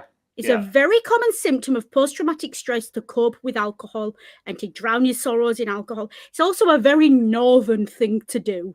Like, again, the number of people I know, and I'm sure Scummer will back me up because I'm sure Scummer knows some northerners, it's a very British thing to do, quite frankly, isn't it? Yeah, shit goes absolutely. wrong, we drink. Yeah. Like, something goes wrong, we drink. Someone dies, we drink. Someone's born, we drink. Like, there's a fire, we drink. Can I just point out, shit hasn't gone wrong right now. I just like to drink. I mean, you're drinking Moretti. It's a little bit wrong. Okay. Is that an improvement? That's a bit better. But yeah. And again, this idea, it's an idea that symptoms of trauma, look, people who are traumatized are very hard to live with. I understand that as someone who's traumatized myself and doing the work. I am very hard to live with, and I look back on myself even a few years ago and I cringe. Yeah. But taking that, like, that's where the origin of depression leads to school shooters comes from. Yeah. It's the same logical leap of mental health issues equals villain. It's not true. Yeah. And we need to, like, argue against it. And, you know, that being said, Hat's, you know, alcoholism could also be taken as commentary on the fact that so many of the, you know, Braun/modern age anti-heroes are substance abusers of one sort or another. Yes. Yeah. But also, Chester's father is an alcoholic, and it's very clearly shown. But also, so is Hat. But the thing is, right, America has this. Can I get on my soapbox about American approach to alcoholism? So, the American approach to alcoholism is Alcoholics Anonymous and the 12 steps process. Right, and the 12 Alcoholics Anonymous is fucking stupid. Like, it is not scientifically backed up in any way, shape, or form. It is the worst, by far, method for combating addiction. By far. Like, we have scientifically sound ways of helping people through addictions. The AA is not one of them. The AA is the brainchild of a Christian who thought he knew something about something and created this process. Like, the worst thing you can tell an addict is that if they do it once, they're stuck for the rest of their lives. Yeah. Like, because you then create an all or nothing situation where one slip defines a person's entire life, and then they live in fear of that slip. If you watch any interview of any alcoholic ever who's been through the AA program, the one thing you become very aware of very quickly is that they are fucking terrified of the so-called demon drink or the demon drug. Yeah. They are terrified of it, and they've been taught to fear it by the AA program. They've been taught that one drink, one slip will destroy their life. That's not how that works. Give yourself grace, give yourself space, allow yourself to fuck up and accept that you are human, and reach out for help and support to wean off and learn better coping skills, and you are so much less likely to fall off the bandwagon. I quit smoking nearly a year ago, and I told myself, I'll let myself smoke when I'm having a drink. I'll let myself smoke at my mum's grave, and I won't take that as falling off the bandwagon, because when I've tried to quit in the past, what I've done, I've gone to my mum's grave, I've accepted one cigarette off someone, and then I've gone out and bought a packet of 200, because I've thought, one, I'm broken, that's it. It's broken, I can't recover from this. Whereas when you allow yourself grace, when you allow yourself permission to fuck up and be human, what that does is you say, right, I'll have one when I'm drinking. Or I'll have one, you know, with cigarettes, I'll have one when I'm drinking. Or I'll have one when I'm grieving. And that's okay. And that means I didn't go out at the last funeral I went to after taking a cigarette off someone and buy a packet of 40. Or buy 40 cigarettes and carry them around and start smoking again. It meant I had 2 cigarettes on the day, coughed my lungs up because I wasn't used to it anymore, had a few drinks, left, and haven't thought about a cigarette since. because I allowed myself permission to appreciate that there are certain situations that I am always going to want to reach for a cigarette in. And you can do the same with alcohol, but it's the AA method of teaching people to mitigate the damage of, like, the AA method is very much switching one addiction for another. Yeah. The number of AA people I know who gone on to run marathons or found religion, and all they've done is switch one addiction for another. Yeah. And it's just as harmful and it's just as dangerous, but it's more socially acceptable. But if I find someone who's so addicted to religion that they can't possibly miss a Sunday service, and they're constantly talking about God and every aspect of their life revolves around it, is that not just as bad and just as dangerous as alcohol or drugs or cigarettes?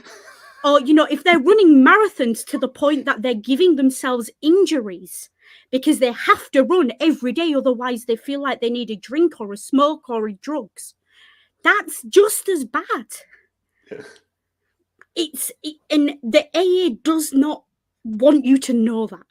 But there are, anyone who ever sees this, if you are an addict, if you are addicted, please do not take the AA route. Speak to your doctor. Speak to an actual medical professional, preferably someone with experience and understanding of addiction, preferably a psychiatrist, and figure out what works for you, because the AA is not the answer. The AA is an early prototype of an idea that we thought might work, but all you're going to do is switch out your addiction for whatever it is you're addicted to that's destroying your life with something else that's more socially acceptable. That's what you're going to do. So please, as someone who's been addicted myself, as I said, I've quit smoking.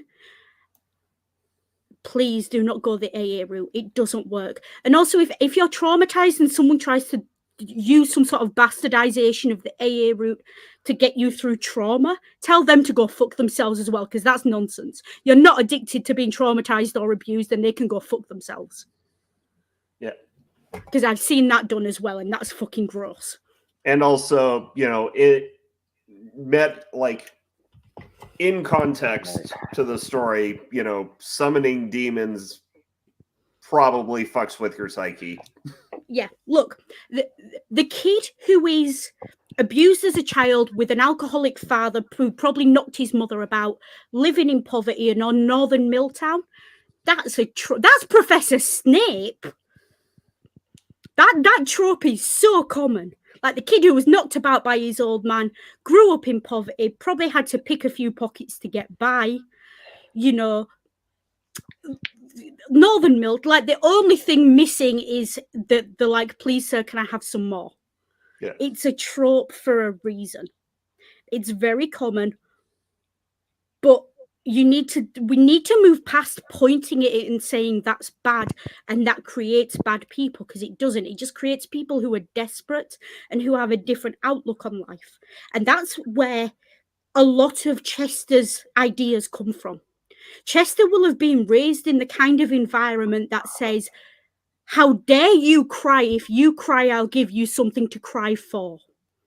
How dare you suffer, and how dare you claim that you have a hard life when your father is unemployed and has no dignity and is knocking 7 bells out of your mother? How dare you dream of anything more than this? You will stay in your place, and this is your place at the bottom of society, and you will accept that. That's the background Chester's coming from. And it's very, it fucks you up mentally, and I'm still doing the work to work through it.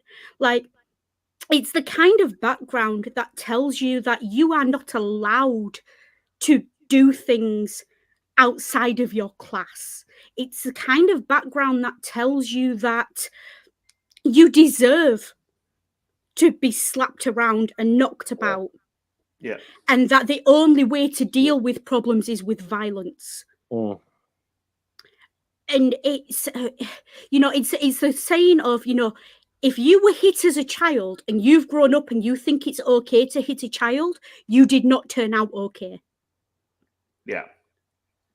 And that's what that embodies. And that's what Chester embodies. Chester is very much a product of the environment he was raised in. I think that's why I can identify and understand a lot of where he's coming from. Yeah.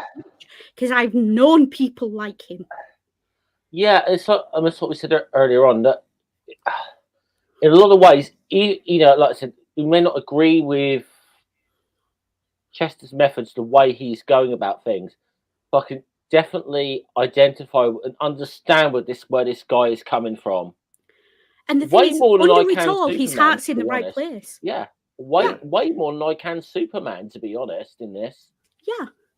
Like, under it all, Chester's heart's in the right place. He wants peace. He wants people to get on. He doesn't want violence. He just doesn't. He hasn't been given the tools and the lessons and the proper parenting required to understand that the way you get that is not through violence and genocide and killing off politicians. Yeah. But doesn't make him. That doesn't make him worse than Superman. That just makes him different. Yeah, I mean, Superman's way doesn't work either. You can understand where he's coming from, because it's saying this is the, you know, because you can see why someone like Chester, like Superman, seems like a half measure. Yeah.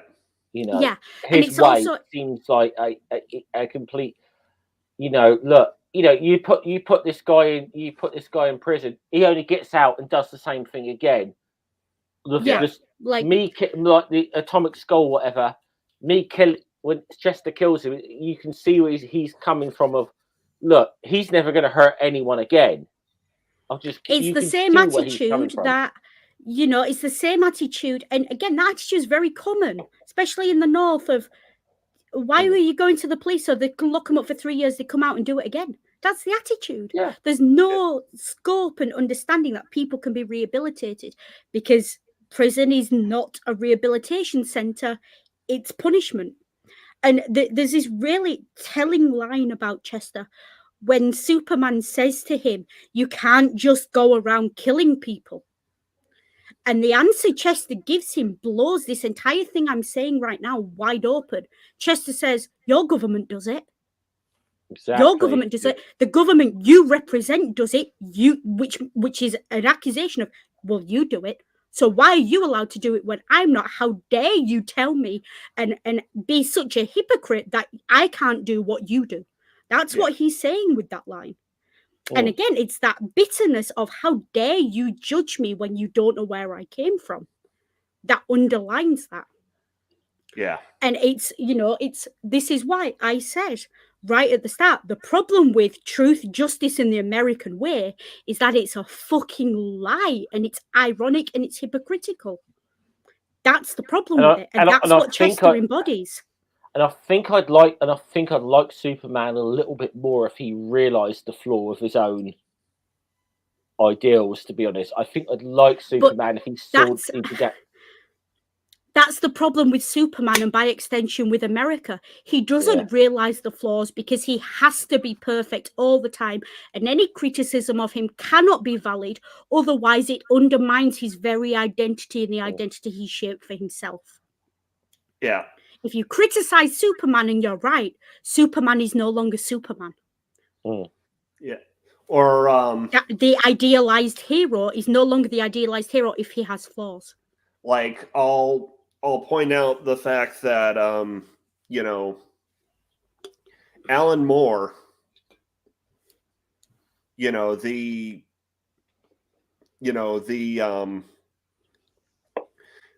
great comic, you know, the great comic book satirist.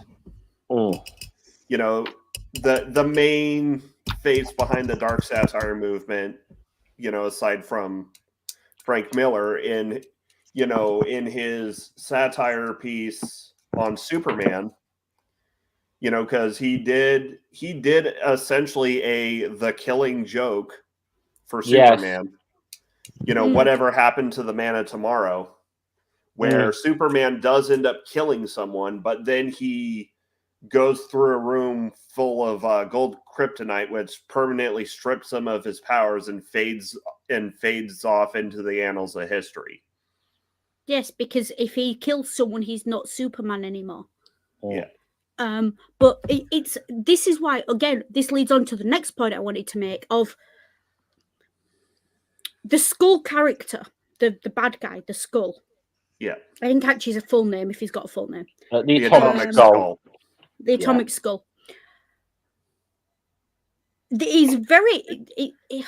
again, it's one of those things where it's like, I can't tell if the person who wrote this is writing this as a criticism of America or is just writing it as an observation of what happens without realizing what they're saying. Because what he has essentially done, Superman catches this guy, they lock him up, they basically enslave him. Let's be clear here. They basically enslave him and siphon off his energy indefinitely and then they're surprised when the guard taunts him. He breaks out and goes on a killing spree. It's like, talk about creating your own enemies much. Like, we have known since the middle of the global war on terror that the existence of Guantanamo Bay is a major ideological issue that has helped terrorists recruit. Yes. Yeah. Like, to the point where, like, Putin has stood up in international forums and said, how dare America talk about my human rights record while Guantanamo Bay is open. Exactly. And so... Vladimir it's showing Putin, that so well, but doesn't seem to grasp the lesson of it of you can't do that. You have to offer rehabilitation and growth. You can't just torture people indefinitely after capturing them and expect to win hearts and minds that way. Yeah. And that's the whole global war on terror, hearts and minds, hearts and minds, hearts and minds. That became a mantra for that. It was, they're out there trying to win hearts and minds. But you can't win hearts and minds when the story's coming out of you torturing people and doing things that even the terrorists are saying are gross. Like, when you sink to lower than the level of the enemy. And not only terrorists are saying, are credibly saying these things are gross, because we know they are. I mean, well, it's like, like we said about Putin, when he's able to get up and say something like that and sound very reasonable when doing it, saying, how dare you criticize me when look at yourselves. I mean, you could argue, okay, you could say whataboutism, whatever, but here's the thing, he's kind of got a point when it's like when America is selling itself on the idea that it's spreading democracy and justice and peace. Wilsonian interventionism. And then we hear stories about Bagram Air Base and Guantanamo Bay and, pissing on the bodies of your enemies. Of course we're going to look at you and go, you fucking hypocrites, you can't be trusted with this job. Of course we're going to do that. And so this is presented in this movie.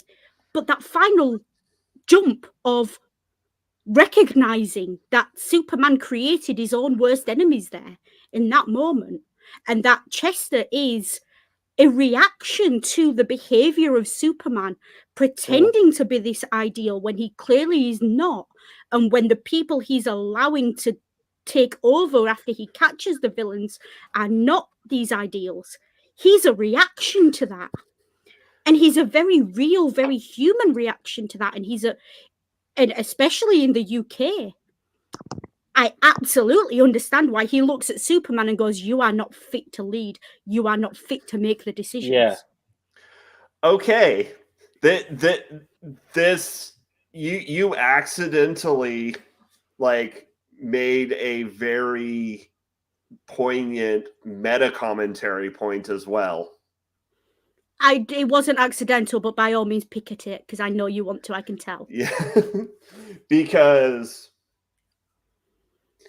even though Superman, came from the Golden Age, the dark satire, the brawn, modern edginess was a reaction to the Silver Age, to how American comic books were under the Comics Code Authority. And of course, this piece, as a graphic novel,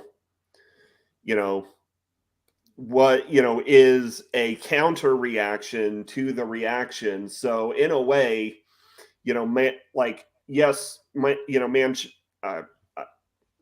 Chester, yeah. Skull and Chester. No, my brain is losing the choo-choo. Bye-bye, choo-choo. But my point is that the dark, edgy anti-heroes were a reaction against the squeaky clean, heavily propagandistic Comics Code Authority Silver Age heroes of the 50s and 60s. Yeah. Yeah. And I'm wondering if Joe Kelly actually got that, or if he was being, old man yells at cloud. But the problem with it is, though, is that yes, those things that this is satirizing were a reaction against the squeaky clean propaganda. Yeah. But what this fails to recognize, and what those characters who were reacting fail to recognize, they weren't reacting against the hypocrisy. They were reacting against the light, bright propaganda side of it. They were reacting to the propaganda, not the hypocrisy. And it's a very nuanced difference. I do appreciate that. It's a very nuanced difference, and I might not be doing it justice. But, like, if you take a character who was a just flat reaction against the paragon of virtue that is Superman, and I don't know, something like Batman, who is a reaction against the propaganda. Yeah. He's a reaction against the paragon of virtue. He's the Dark Knight. He's dark and he's edgy, but he's not. He doesn't see the hypocrisy of Superman, because he still goes out of his way to emulate the behavior of Superman. Yeah. He just thinks that he's going to be better at it than Superman, because he's educated and he uses technology and he uses that aspect of it. Whereas when you look at Chester, what Chester does, he looks at Superman and he says, not only are you propaganda, but the propaganda is lies, and I'm going to call that shit out, and I'm going to tell you to your face that your government does not live up to its own propaganda. And that's the difference. It's a very subtle difference, but it is there. And it's especially really telling because this movie goes out of its way to portray a cartoon version of the UK-US special relationship. Yeah.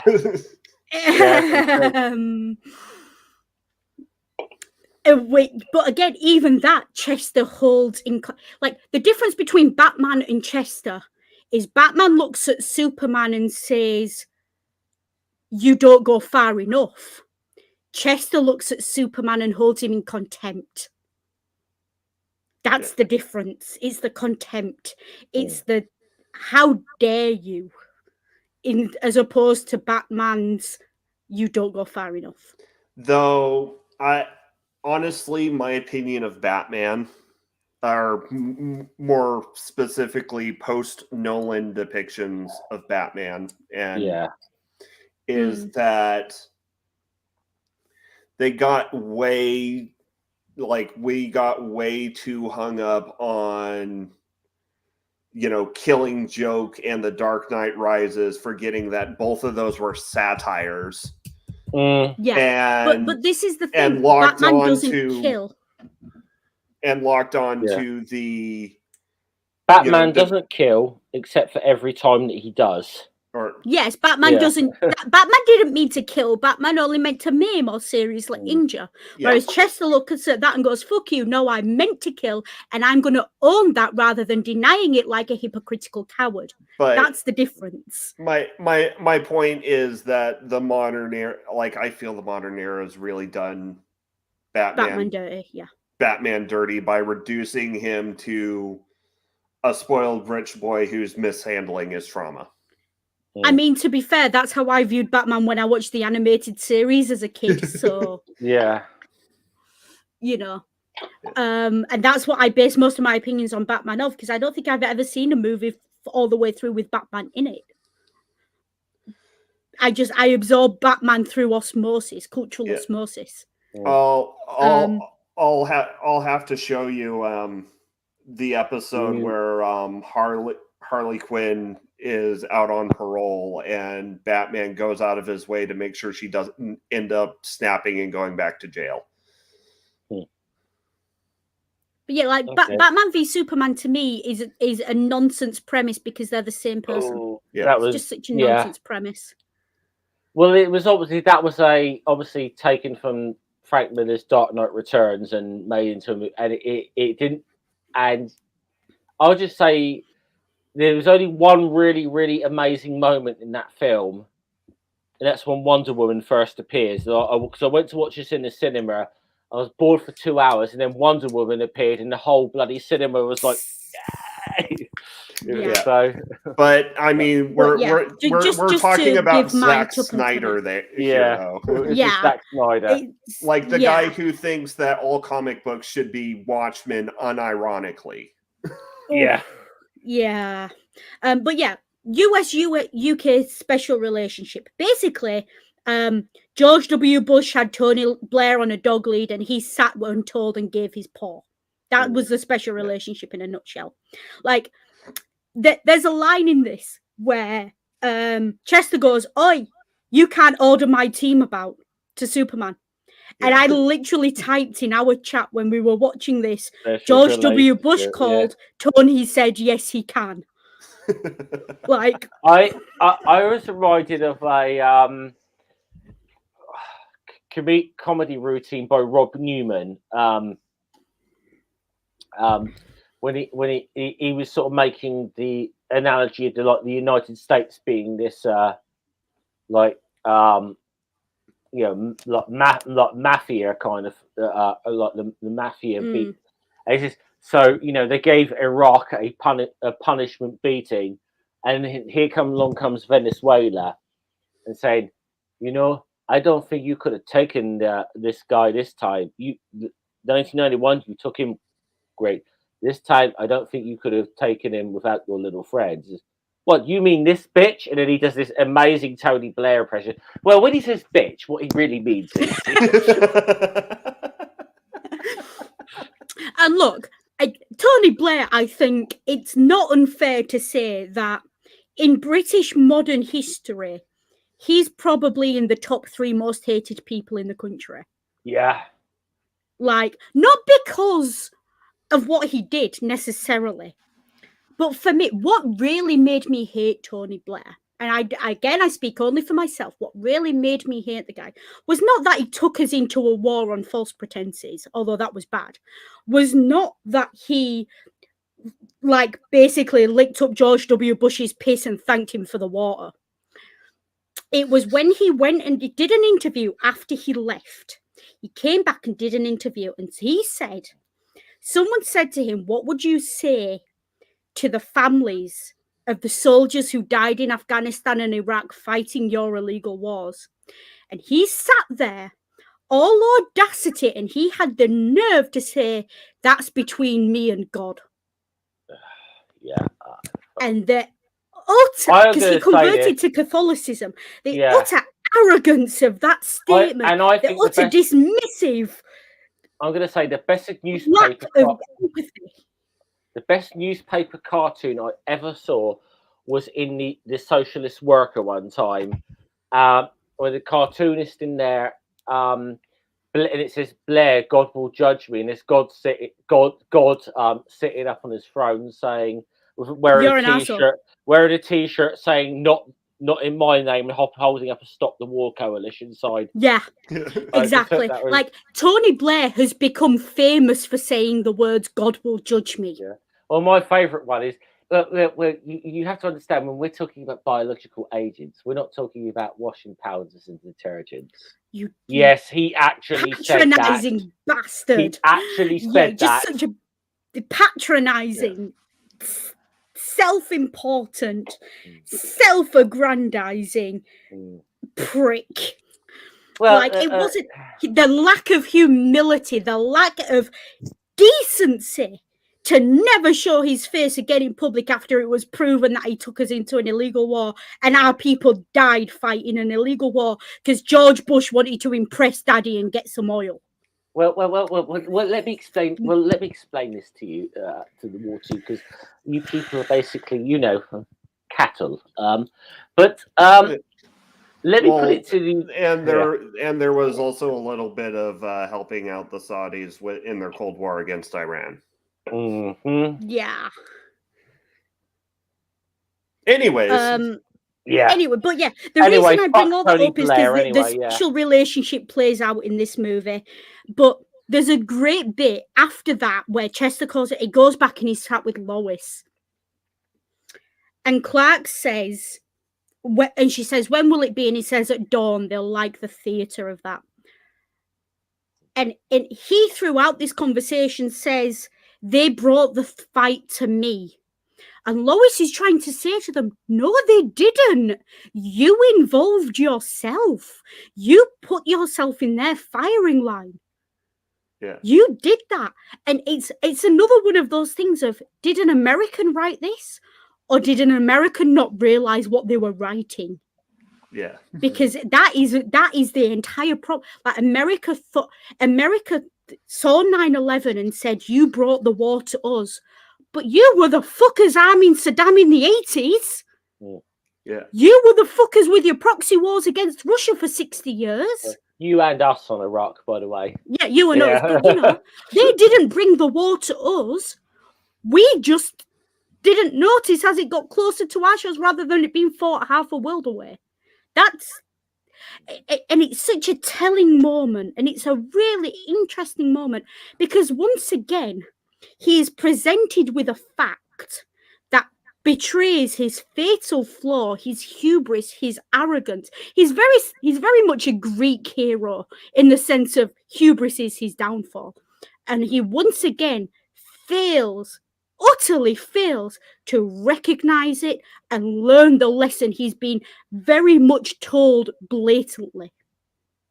And that again is that embodiment of that American arrogance that the rest of the world looks at America and goes, we know you know. There's definitely so why aren't you doing something about it? There's definitely some serious American exceptionalism going on with Superman, though, isn't there? Yes, he very much thinks that he is above, like he says he's not above the law, but he definitely thinks he is. Like there's again, it's the irony of him saying truth, justice, and the American way when he doesn't embody any of those things. Yeah. And again, it's like you handed someone over to be tortured and literally have their life force drained from them. Or you don't have the moral high ground here, buddy. Or how Manchester put it: truth, justice, and the American capitalist imperialist way. Yeah, that was my favorite fucking line in the whole film. Yes. And that is line. So that everything I've said about where Chester's coming from is embodied in that one line. Yeah. And I absolutely like for that line with Chester, that is as close as I think any character could ever get to coming back from killing a puppy. Yeah, and I was getting, like I mean, I was he said the S word, he used the slur, but then he called out the American dreamer's hypocrisy, so he very nearly recovered it. He didn't he still didn't, because he's still like conceptually murdered the puppy. Well, but that's very close to recovering it. I mean, the elite actually did murder a puppy. Yeah, they murdered a puppy, and yet I still laughed, cackled. Like you probably saw it where it said I'm muted. I was cackling at that because it was so accurate and so true that just for a moment I could forgive them killing the puppy. That's how good that line was. Yeah. I mean, I guess this is the problem that I guess in a way this is kind of a bit of a problem in the sense of this, that I was, in a way, and yes, we know what Black and the elite are doing is wrong. We all know that, but it's a bit. The trouble is, especially when he said that, I was kind of rooting for him at that point. Yeah. Way more than I was rooting for Superman, to be honest. Yeah. And it's like with Superman as well, it's like I don't agree with Chester's tactics. Do I think that killing the leaders of two warring countries was a sound tactical move?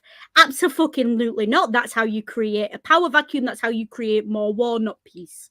That's those two countries are going to devolve into civil wars. You've caused all kinds of hell. But I can understand why you would have thought, especially, right, okay. He killed the leaders of the country. Yeah. Is that's a great man view of history and politics. He assumed that the leaders were the problem. And he didn't look any deeper. Maybe he'd have looked deeper if the movie had told us anything about the reason those two countries were at war. Yeah. It would have been a nice start. Yeah. Like, if he'd have known that, if he'd have been taught that. And again, he is very much a criticism of the great man view of politics and history, but also of, look, we've all done it. We've all fantasized about what would happen if we woke up to headlines tomorrow that Putin died in his sleep, or someone put something in his drink, or, you know, any other dictator you choose to name. Yeah. There's a reason Hitler is the historical trolley problem. Yeah. You know, it's because we fantasize about the idea of if you wipe out the big man at the top, everything else falls into line. That's not how that works. But from Chester's point of view, he doesn't know any different. He's born and raised in Manchester, probably left school at 16 with no GCSEs. You know, he's not educated. Yeah. And he doesn't understand the politics in the way a historian or a politician or anyone who's educated to that level would. And so he does what he thinks is right, even though it's the wrong thing to do. His heart is still in the right place. And this is the thing, the road to hell is paved with good intentions. Yeah. He's driven by his intentions, but he just doesn't have the education to back it up. God damn it, Scummer. Damn it, Scummer. But you can every step he takes, I can absolutely understand and follow the logical thought process he follows. Yeah. And that's a problem when he's supposed to be the villain. Yeah. Like, you've created a villain who is so compelling, so relatable, and so human that your hero, even though your hero wins at the end, I'm still dissatisfied. I do not like the ending. And in the last 20 minutes of this movie, I go from being ambivalent about Superman to actively disliking him and actively thinking he's the villain of the piece. When we were watching this pre-show, I was seeing Noodle's comments in the chat, and I could tell Noodle they were getting very annoyed. That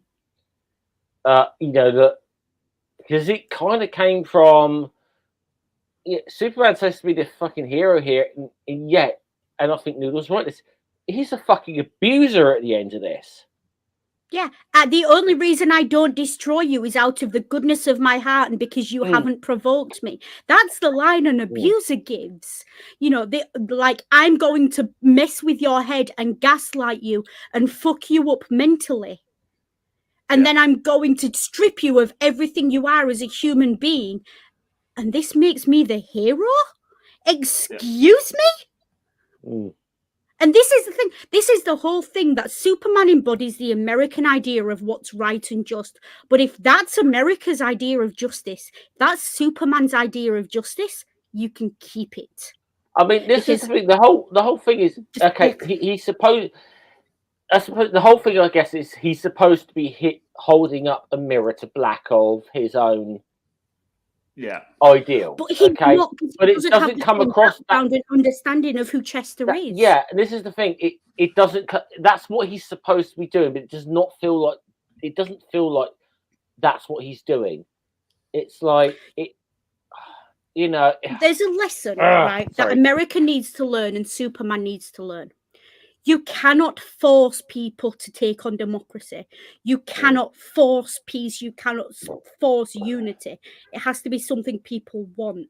Now, the thing is, what Superman does when he, quote unquote, holds this mirror up to Chester and does all the things Chester and his group have done against them.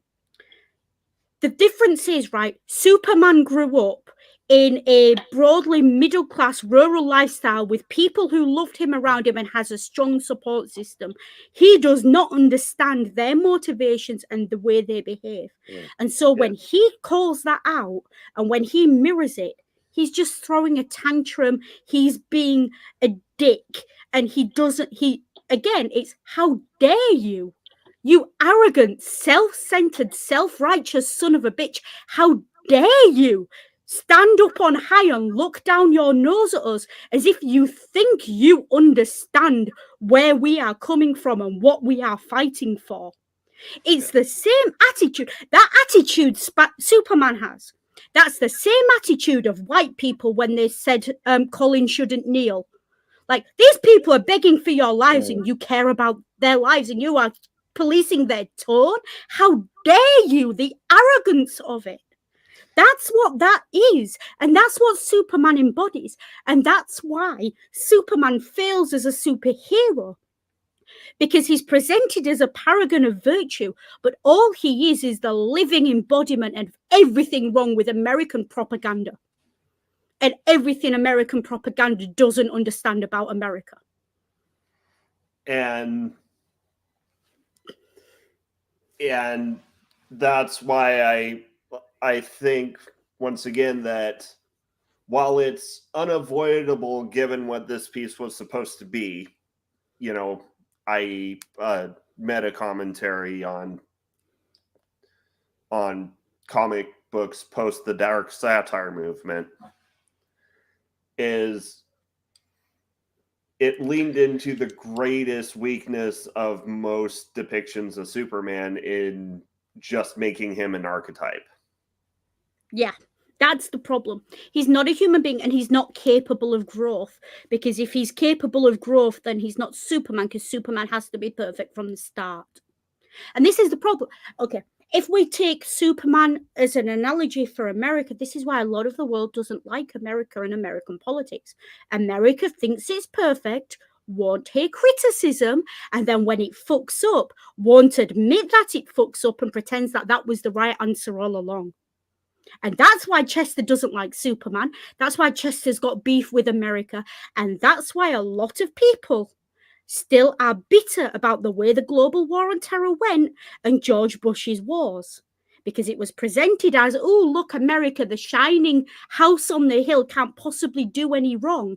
And America has never once stood up and admitted that some of the things they did were not only wrong, but were selfishly motivated. And America to this day, and it's not just America, but America to this day, always will find a quote-unquote virtuous reason to go to war. Will never just admit that it's going to war for narrow national self-interest. And it's that hypocrisy that irritates so many people on the outside looking in. Yeah. It's that hypocrisy of, look, we know you're going into Afghanistan for the oil. Just admit it.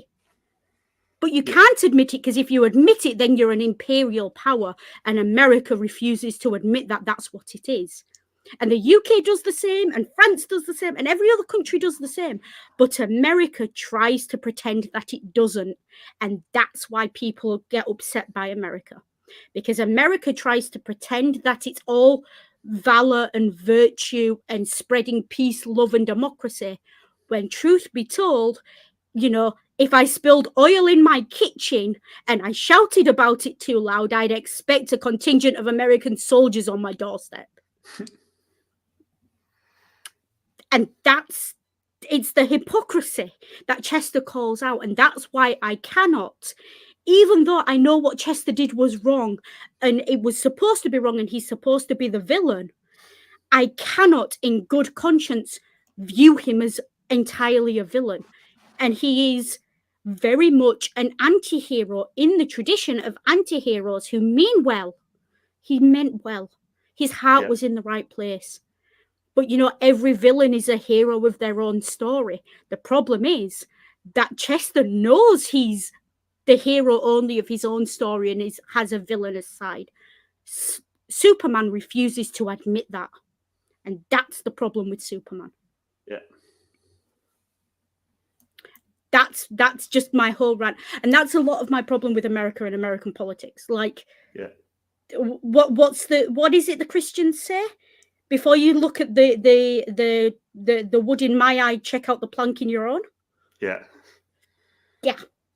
It's that basically, in a nutshell. Yeah. And it's a problem because for as long as America refuses to grapple with these issues and refuses to really consider what it's presenting itself as on the world stage, it leaves space for dictators and criminals and genocidal lunatics to point at America and say, how dare you tell me what to do? Even when everyone knows they're in the wrong. And that's what America has created. And I say America very broadly, I mean American politics and American politicians largely, and American diplomatic policy. And that's why, the American cultural when monopoly. Americans come to the UK, you're an uneducated Yank. That's the result of that. It all feeds, it's a vicious cycle of malice and politics, and it all plays in. Yeah. That's my rant. Does Scummer have anything to add from another British point of view? Bloody Yanks. Yeah, bloody Yanks. But that's what Yank means. I think that's it's a good note to wrap up on, isn't it? If you want to dig into what the word Yank means when a Brit uses it, it means loudmouth Texan who thinks everything's bigger in Texas and should have stayed there and is arrogant and ignorant. But he's so arrogant he doesn't understand that he's ignorant and thinks he knows better, even though he's only just got here off the plane and doesn't know shit about this country or how it works. Yeah. Like that's the stereotype that American politics and diplomatic policy and behavior has created. Yeah. And movies like this do not help. They do not help, because I know so many Americans who are lovely and are fully aware of what America is like. Yes, and your media does not portray that. As we said, to reiterate, myself and Noodle are not bashing on or hating Americans, just to reiterate that point. Okay. Yeah. It's like I think I've met maybe 2 Americans in my entire life who were anywhere near the stereotype of what an American is. But I've met more. I will say I've met more. But I've mostly tourists knocking around London, but not ones I know. Like, and even the ones even the good ones, even Ring has a few opinions about Britain that I've just looked at and gone, do you want to say that again slowly? Like, say that again slowly. Listen to what you're saying. Or has opinions that I've just gone, love, you sure? You sure about that? And Ring's done the same to me when I've passed a comment about Americans, and Ring's just gone, Noodle. Americans? You sure about that? Yeah. And again, but this is what happens. And unfortunately, America has such a massive media output, but this is the image of America that America is sending out there. So we have to assume that this is what America idealizes and wants the world to think of it. Yeah. And like, if that's the best you can imagine yourselves to be and we hold it in contempt, how bad are you really? That's what goes through a lot of people's heads. And it's like, but Americans as a whole are not bad. You understand that your politics are fucked up and that your country's a mess and things need to change, and you're doing the work and you're trying to fix it. And you don't, you're not flag shaggers. That's what we call the jingoistic flag wavers. Yeah, we've got a lot. We've got a lot of them. And let's just say we've got our fair share. We've got a fucking lot of them. We're not holding ourselves up as ideal. But that's the difference. We do not hold ourselves up as a virtuous ideal to be emulated and idealized. Yeah. American media does. Yeah. And that's the difference. I mean, okay, yes, you might have, shall we say, certain Tory politicians who might want to hold us up in that light. Let's be honest. You know, in Britain, and in Britain, we know we are a former colonial power, Yeah. punching way above its weight on the diplomatic stage on the basis that we once owned slaves and ran half the world when we don't know shit about what's going on in the world, and that our politicians are not like, we know that. Yeah. But our media portrays that. Our media doesn't say that we are still the great empire and all that. I mean, we had some of it does, but we don't take that media seriously. Between the three of us, we had a little conversation about British flag shaggers on Twitter the other day. Yes. Hey, Lee Anderson MP, if you ever watch this stream, hi. If you're gonna be a jingoistic flag shagger, get the fucking flag the right way up. Yeah. Okay. If you're gonna do that. Yeah. Yeah. So but we've gone over twice the runtime. Yes, we have. And a lot of it has been me ranting about America and American cultural approach to its own propaganda. But, and again, apologies for repeating myself so many times, but you have to repeat yourself so many times because we've been saying this for decades and America still isn't listening. Yeah. To be fair, you're doing what Superman does. People are telling you what the problem is and you're not fucking listening. To be fair, Ring, if we've gone twice the length for the film, you know it's been a good discussion on media. It's a media musings, it's kind of like a metaphysical necessity of media musings. Yes. Yeah. It's like it's an equation, is it? If X is the runtime, if X equals more than 2Y, it was a good stream. Yeah. So, that being said, I still want to read the Superman Son of Kal-El.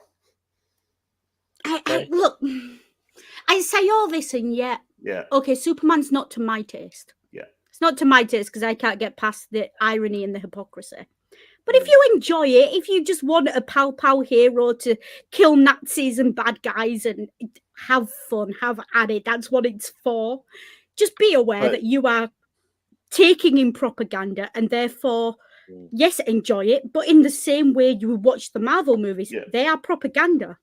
Well, be aware that you are watching propaganda as you watch them. Noodle, for reminder, Superman Son of Kal-El is the run that started like a year ago, maybe, which is following Clark Kent's son. Yeah, I thought so. Yeah. I gathered by it's the one. Yeah, it's the one where Superman's I'd be very interested to see what Kal-El they do with a Superman-esque. I'd be very interested to see what they do with a Superman-esque character post Global War on Terror, post removal from Afghanistan. Be very interested to see what, because again, or this a is Superman character born of propaganda, born and raised on Earth, and with the mentality of someone born and raised on Earth. Yeah, it's the one where the right wing lost their minds because Jonathan Kent was by, and they didn't realize that Son of Kal-El was following the son of Kal-El and not Clark Kent. But this is the thing, and knowing nothing about Son of Kal-El except what you've just said, I would suppose that the Son of Kal-El probably has far more in common with Chester than with the Clark Kent of this movie. Like I've only seen like one page where there's like this crazy wildfire going on, that's being caused by this metahuman whose powers are going, beyond their control. And, the firefighters are like trying to get Jonathan to like, put it, knock him out or kill him or something. And instead he lands, gives the pyrokinetic metahuman like a hug and like gets him to calm down. Yeah. Because the power of hugs. Yeah. My Little Pony called. They want their idea back. If we But basically he ends the he helps them through their trauma and solves it that way. Can I show you guys the one bit of little Superman memorabilia type thing I've got? Go on. Okay. Now, bear in mind that I was mentioning the Christopher Reeve Superman stuff. Yeah. Yeah, I actually met actress who played one of the villains in the Superman franchise, and I got an autograph photo from her in her Superman gear, for the film. We can't quite see what that is. Can you get some more light on it? Yeah, do you want to? This is Sarah Douglas, who played one of the Superman villains, and this is kind of a autograph photo from her. Who couldn't be nicer in real life? She always played villains, which couldn't be nicer in real life. But I mean, famously, all the actors who play villains are lovely, aren't they? Yeah. But my final thoughts on Superman versus the Elite is its biggest weakness is it just depicts Superman as a paragon, but unfortunately, it was a necessary weakness because the point of the piece is was originally meta commentary on the state of comics as is. That being said, whether or not it's a good, I looking back on it, I do have, because a lot of that meta commentary does bleed through into the film. And looking back on it, I do have more mixed feelings about it. Yeah. I have a couple of concluding things I want to say. First of all, a question was asked of me in the chat, and I am going to sort of acknowledge it. I'm not going to name any names. Someone asked me in the chat what my ethnic lineage is. I have made the decision that my answer to that question from now on is going to be irrelevant. My ethnic lineage is not relevant to any discussion I may be having. If it is, I will say it. That question has been asked of me a lot, and I'm sure it wasn't meant maliciously in the chat. But there is a lot of... I've had that question thrown at me as a power play, as a microaggression, and it's irrelevant. If you need to know, I will tell you. And the reason I'm not naming the person who said it is because it's not an attack on them, it's just a statement I'm making right now. As for Superman himself, it's just occurred to me, and I'm going to say this. Superman has the same problem Aeneas has. And once again, America mirrors classical Rome and Republican Rome, in that we spend the whole of the Aeneid being told what a paragon of virtue and honour and decency Aeneas is, but his behaviour undermines that at every turn. Because he's a standing for Augustus, and the writer was not a fan of Augustus, and is therefore a satire on him.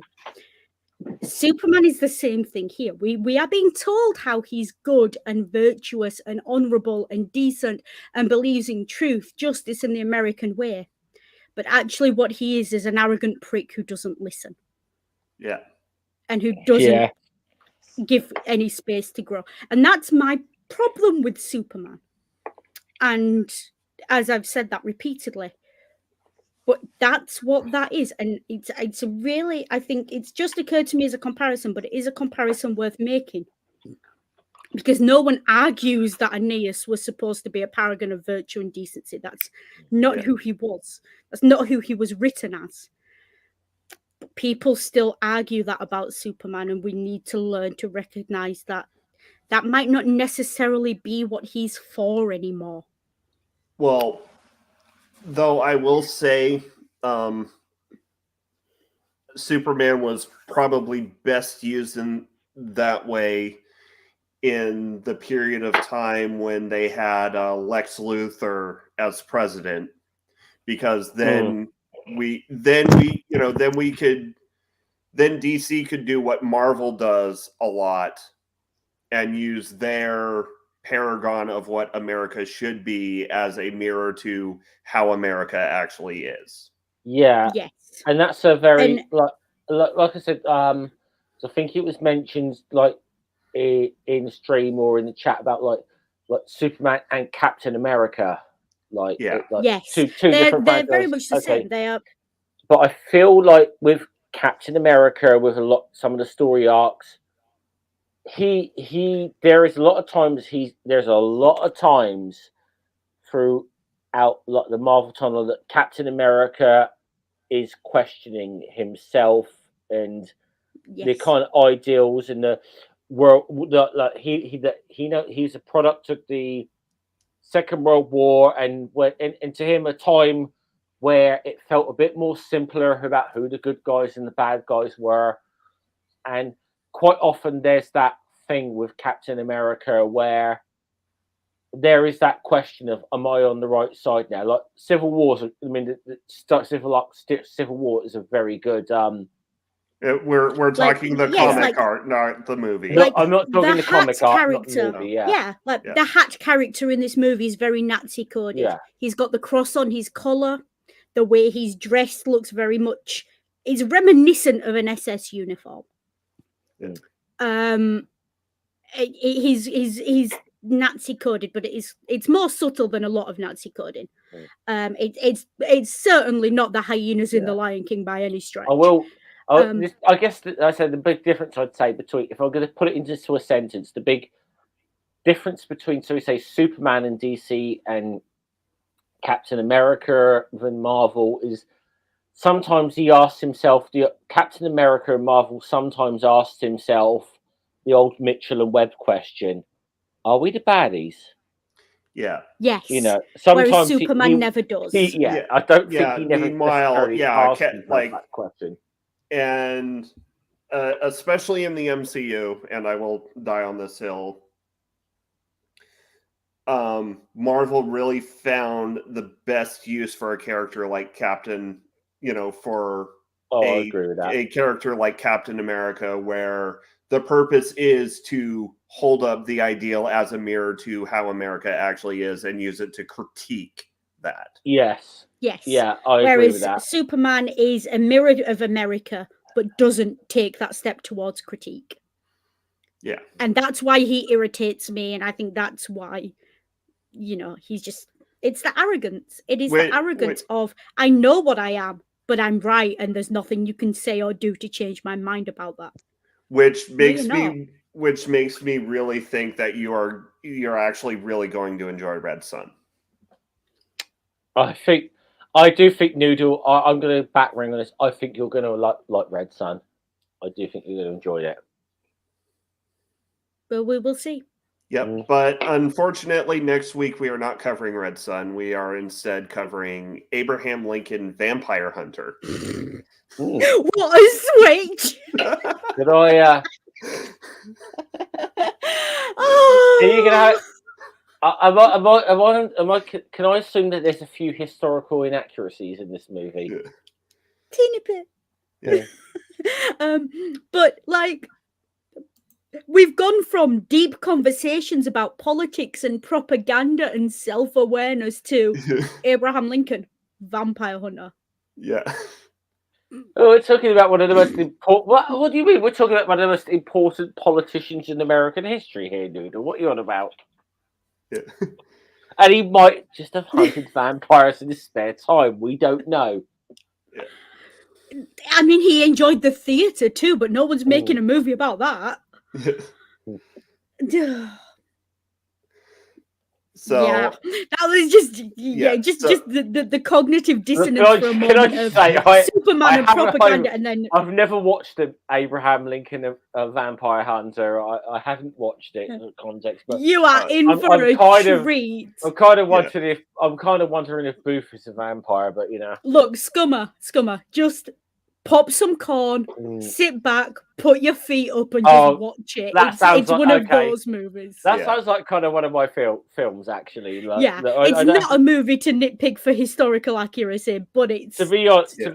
Yeah. I mean, yeah, if we listen, if I want to do an American Civil War, I want to do an American Civil War film that I might nitpick here and there for historical accuracy, but it's a great movie. But it's a fantastic movie. It's Glory.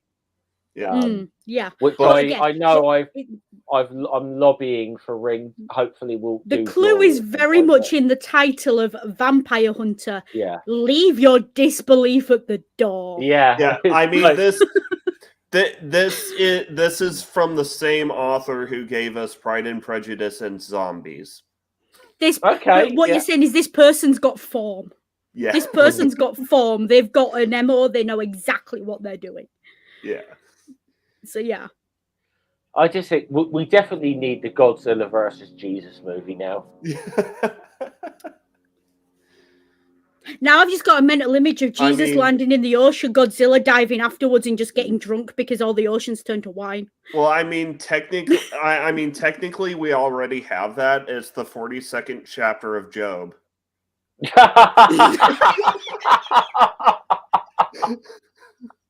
Okay, that's it. Kill it. We're done. Okay, I don't think we're going to top anything in that stream now. Taglines. Oh. Take care, be good, and if you can't be good, remember, use your noodle. Hello, my name is God of the Scummer. Come and subscribe to my channel. I fight for truth, justice, and fuck the rest of it. Yeah. And remember, the purpose of a storyteller is not to tell you how to think, but to give you questions to think on. Too often, we forget that. Salute.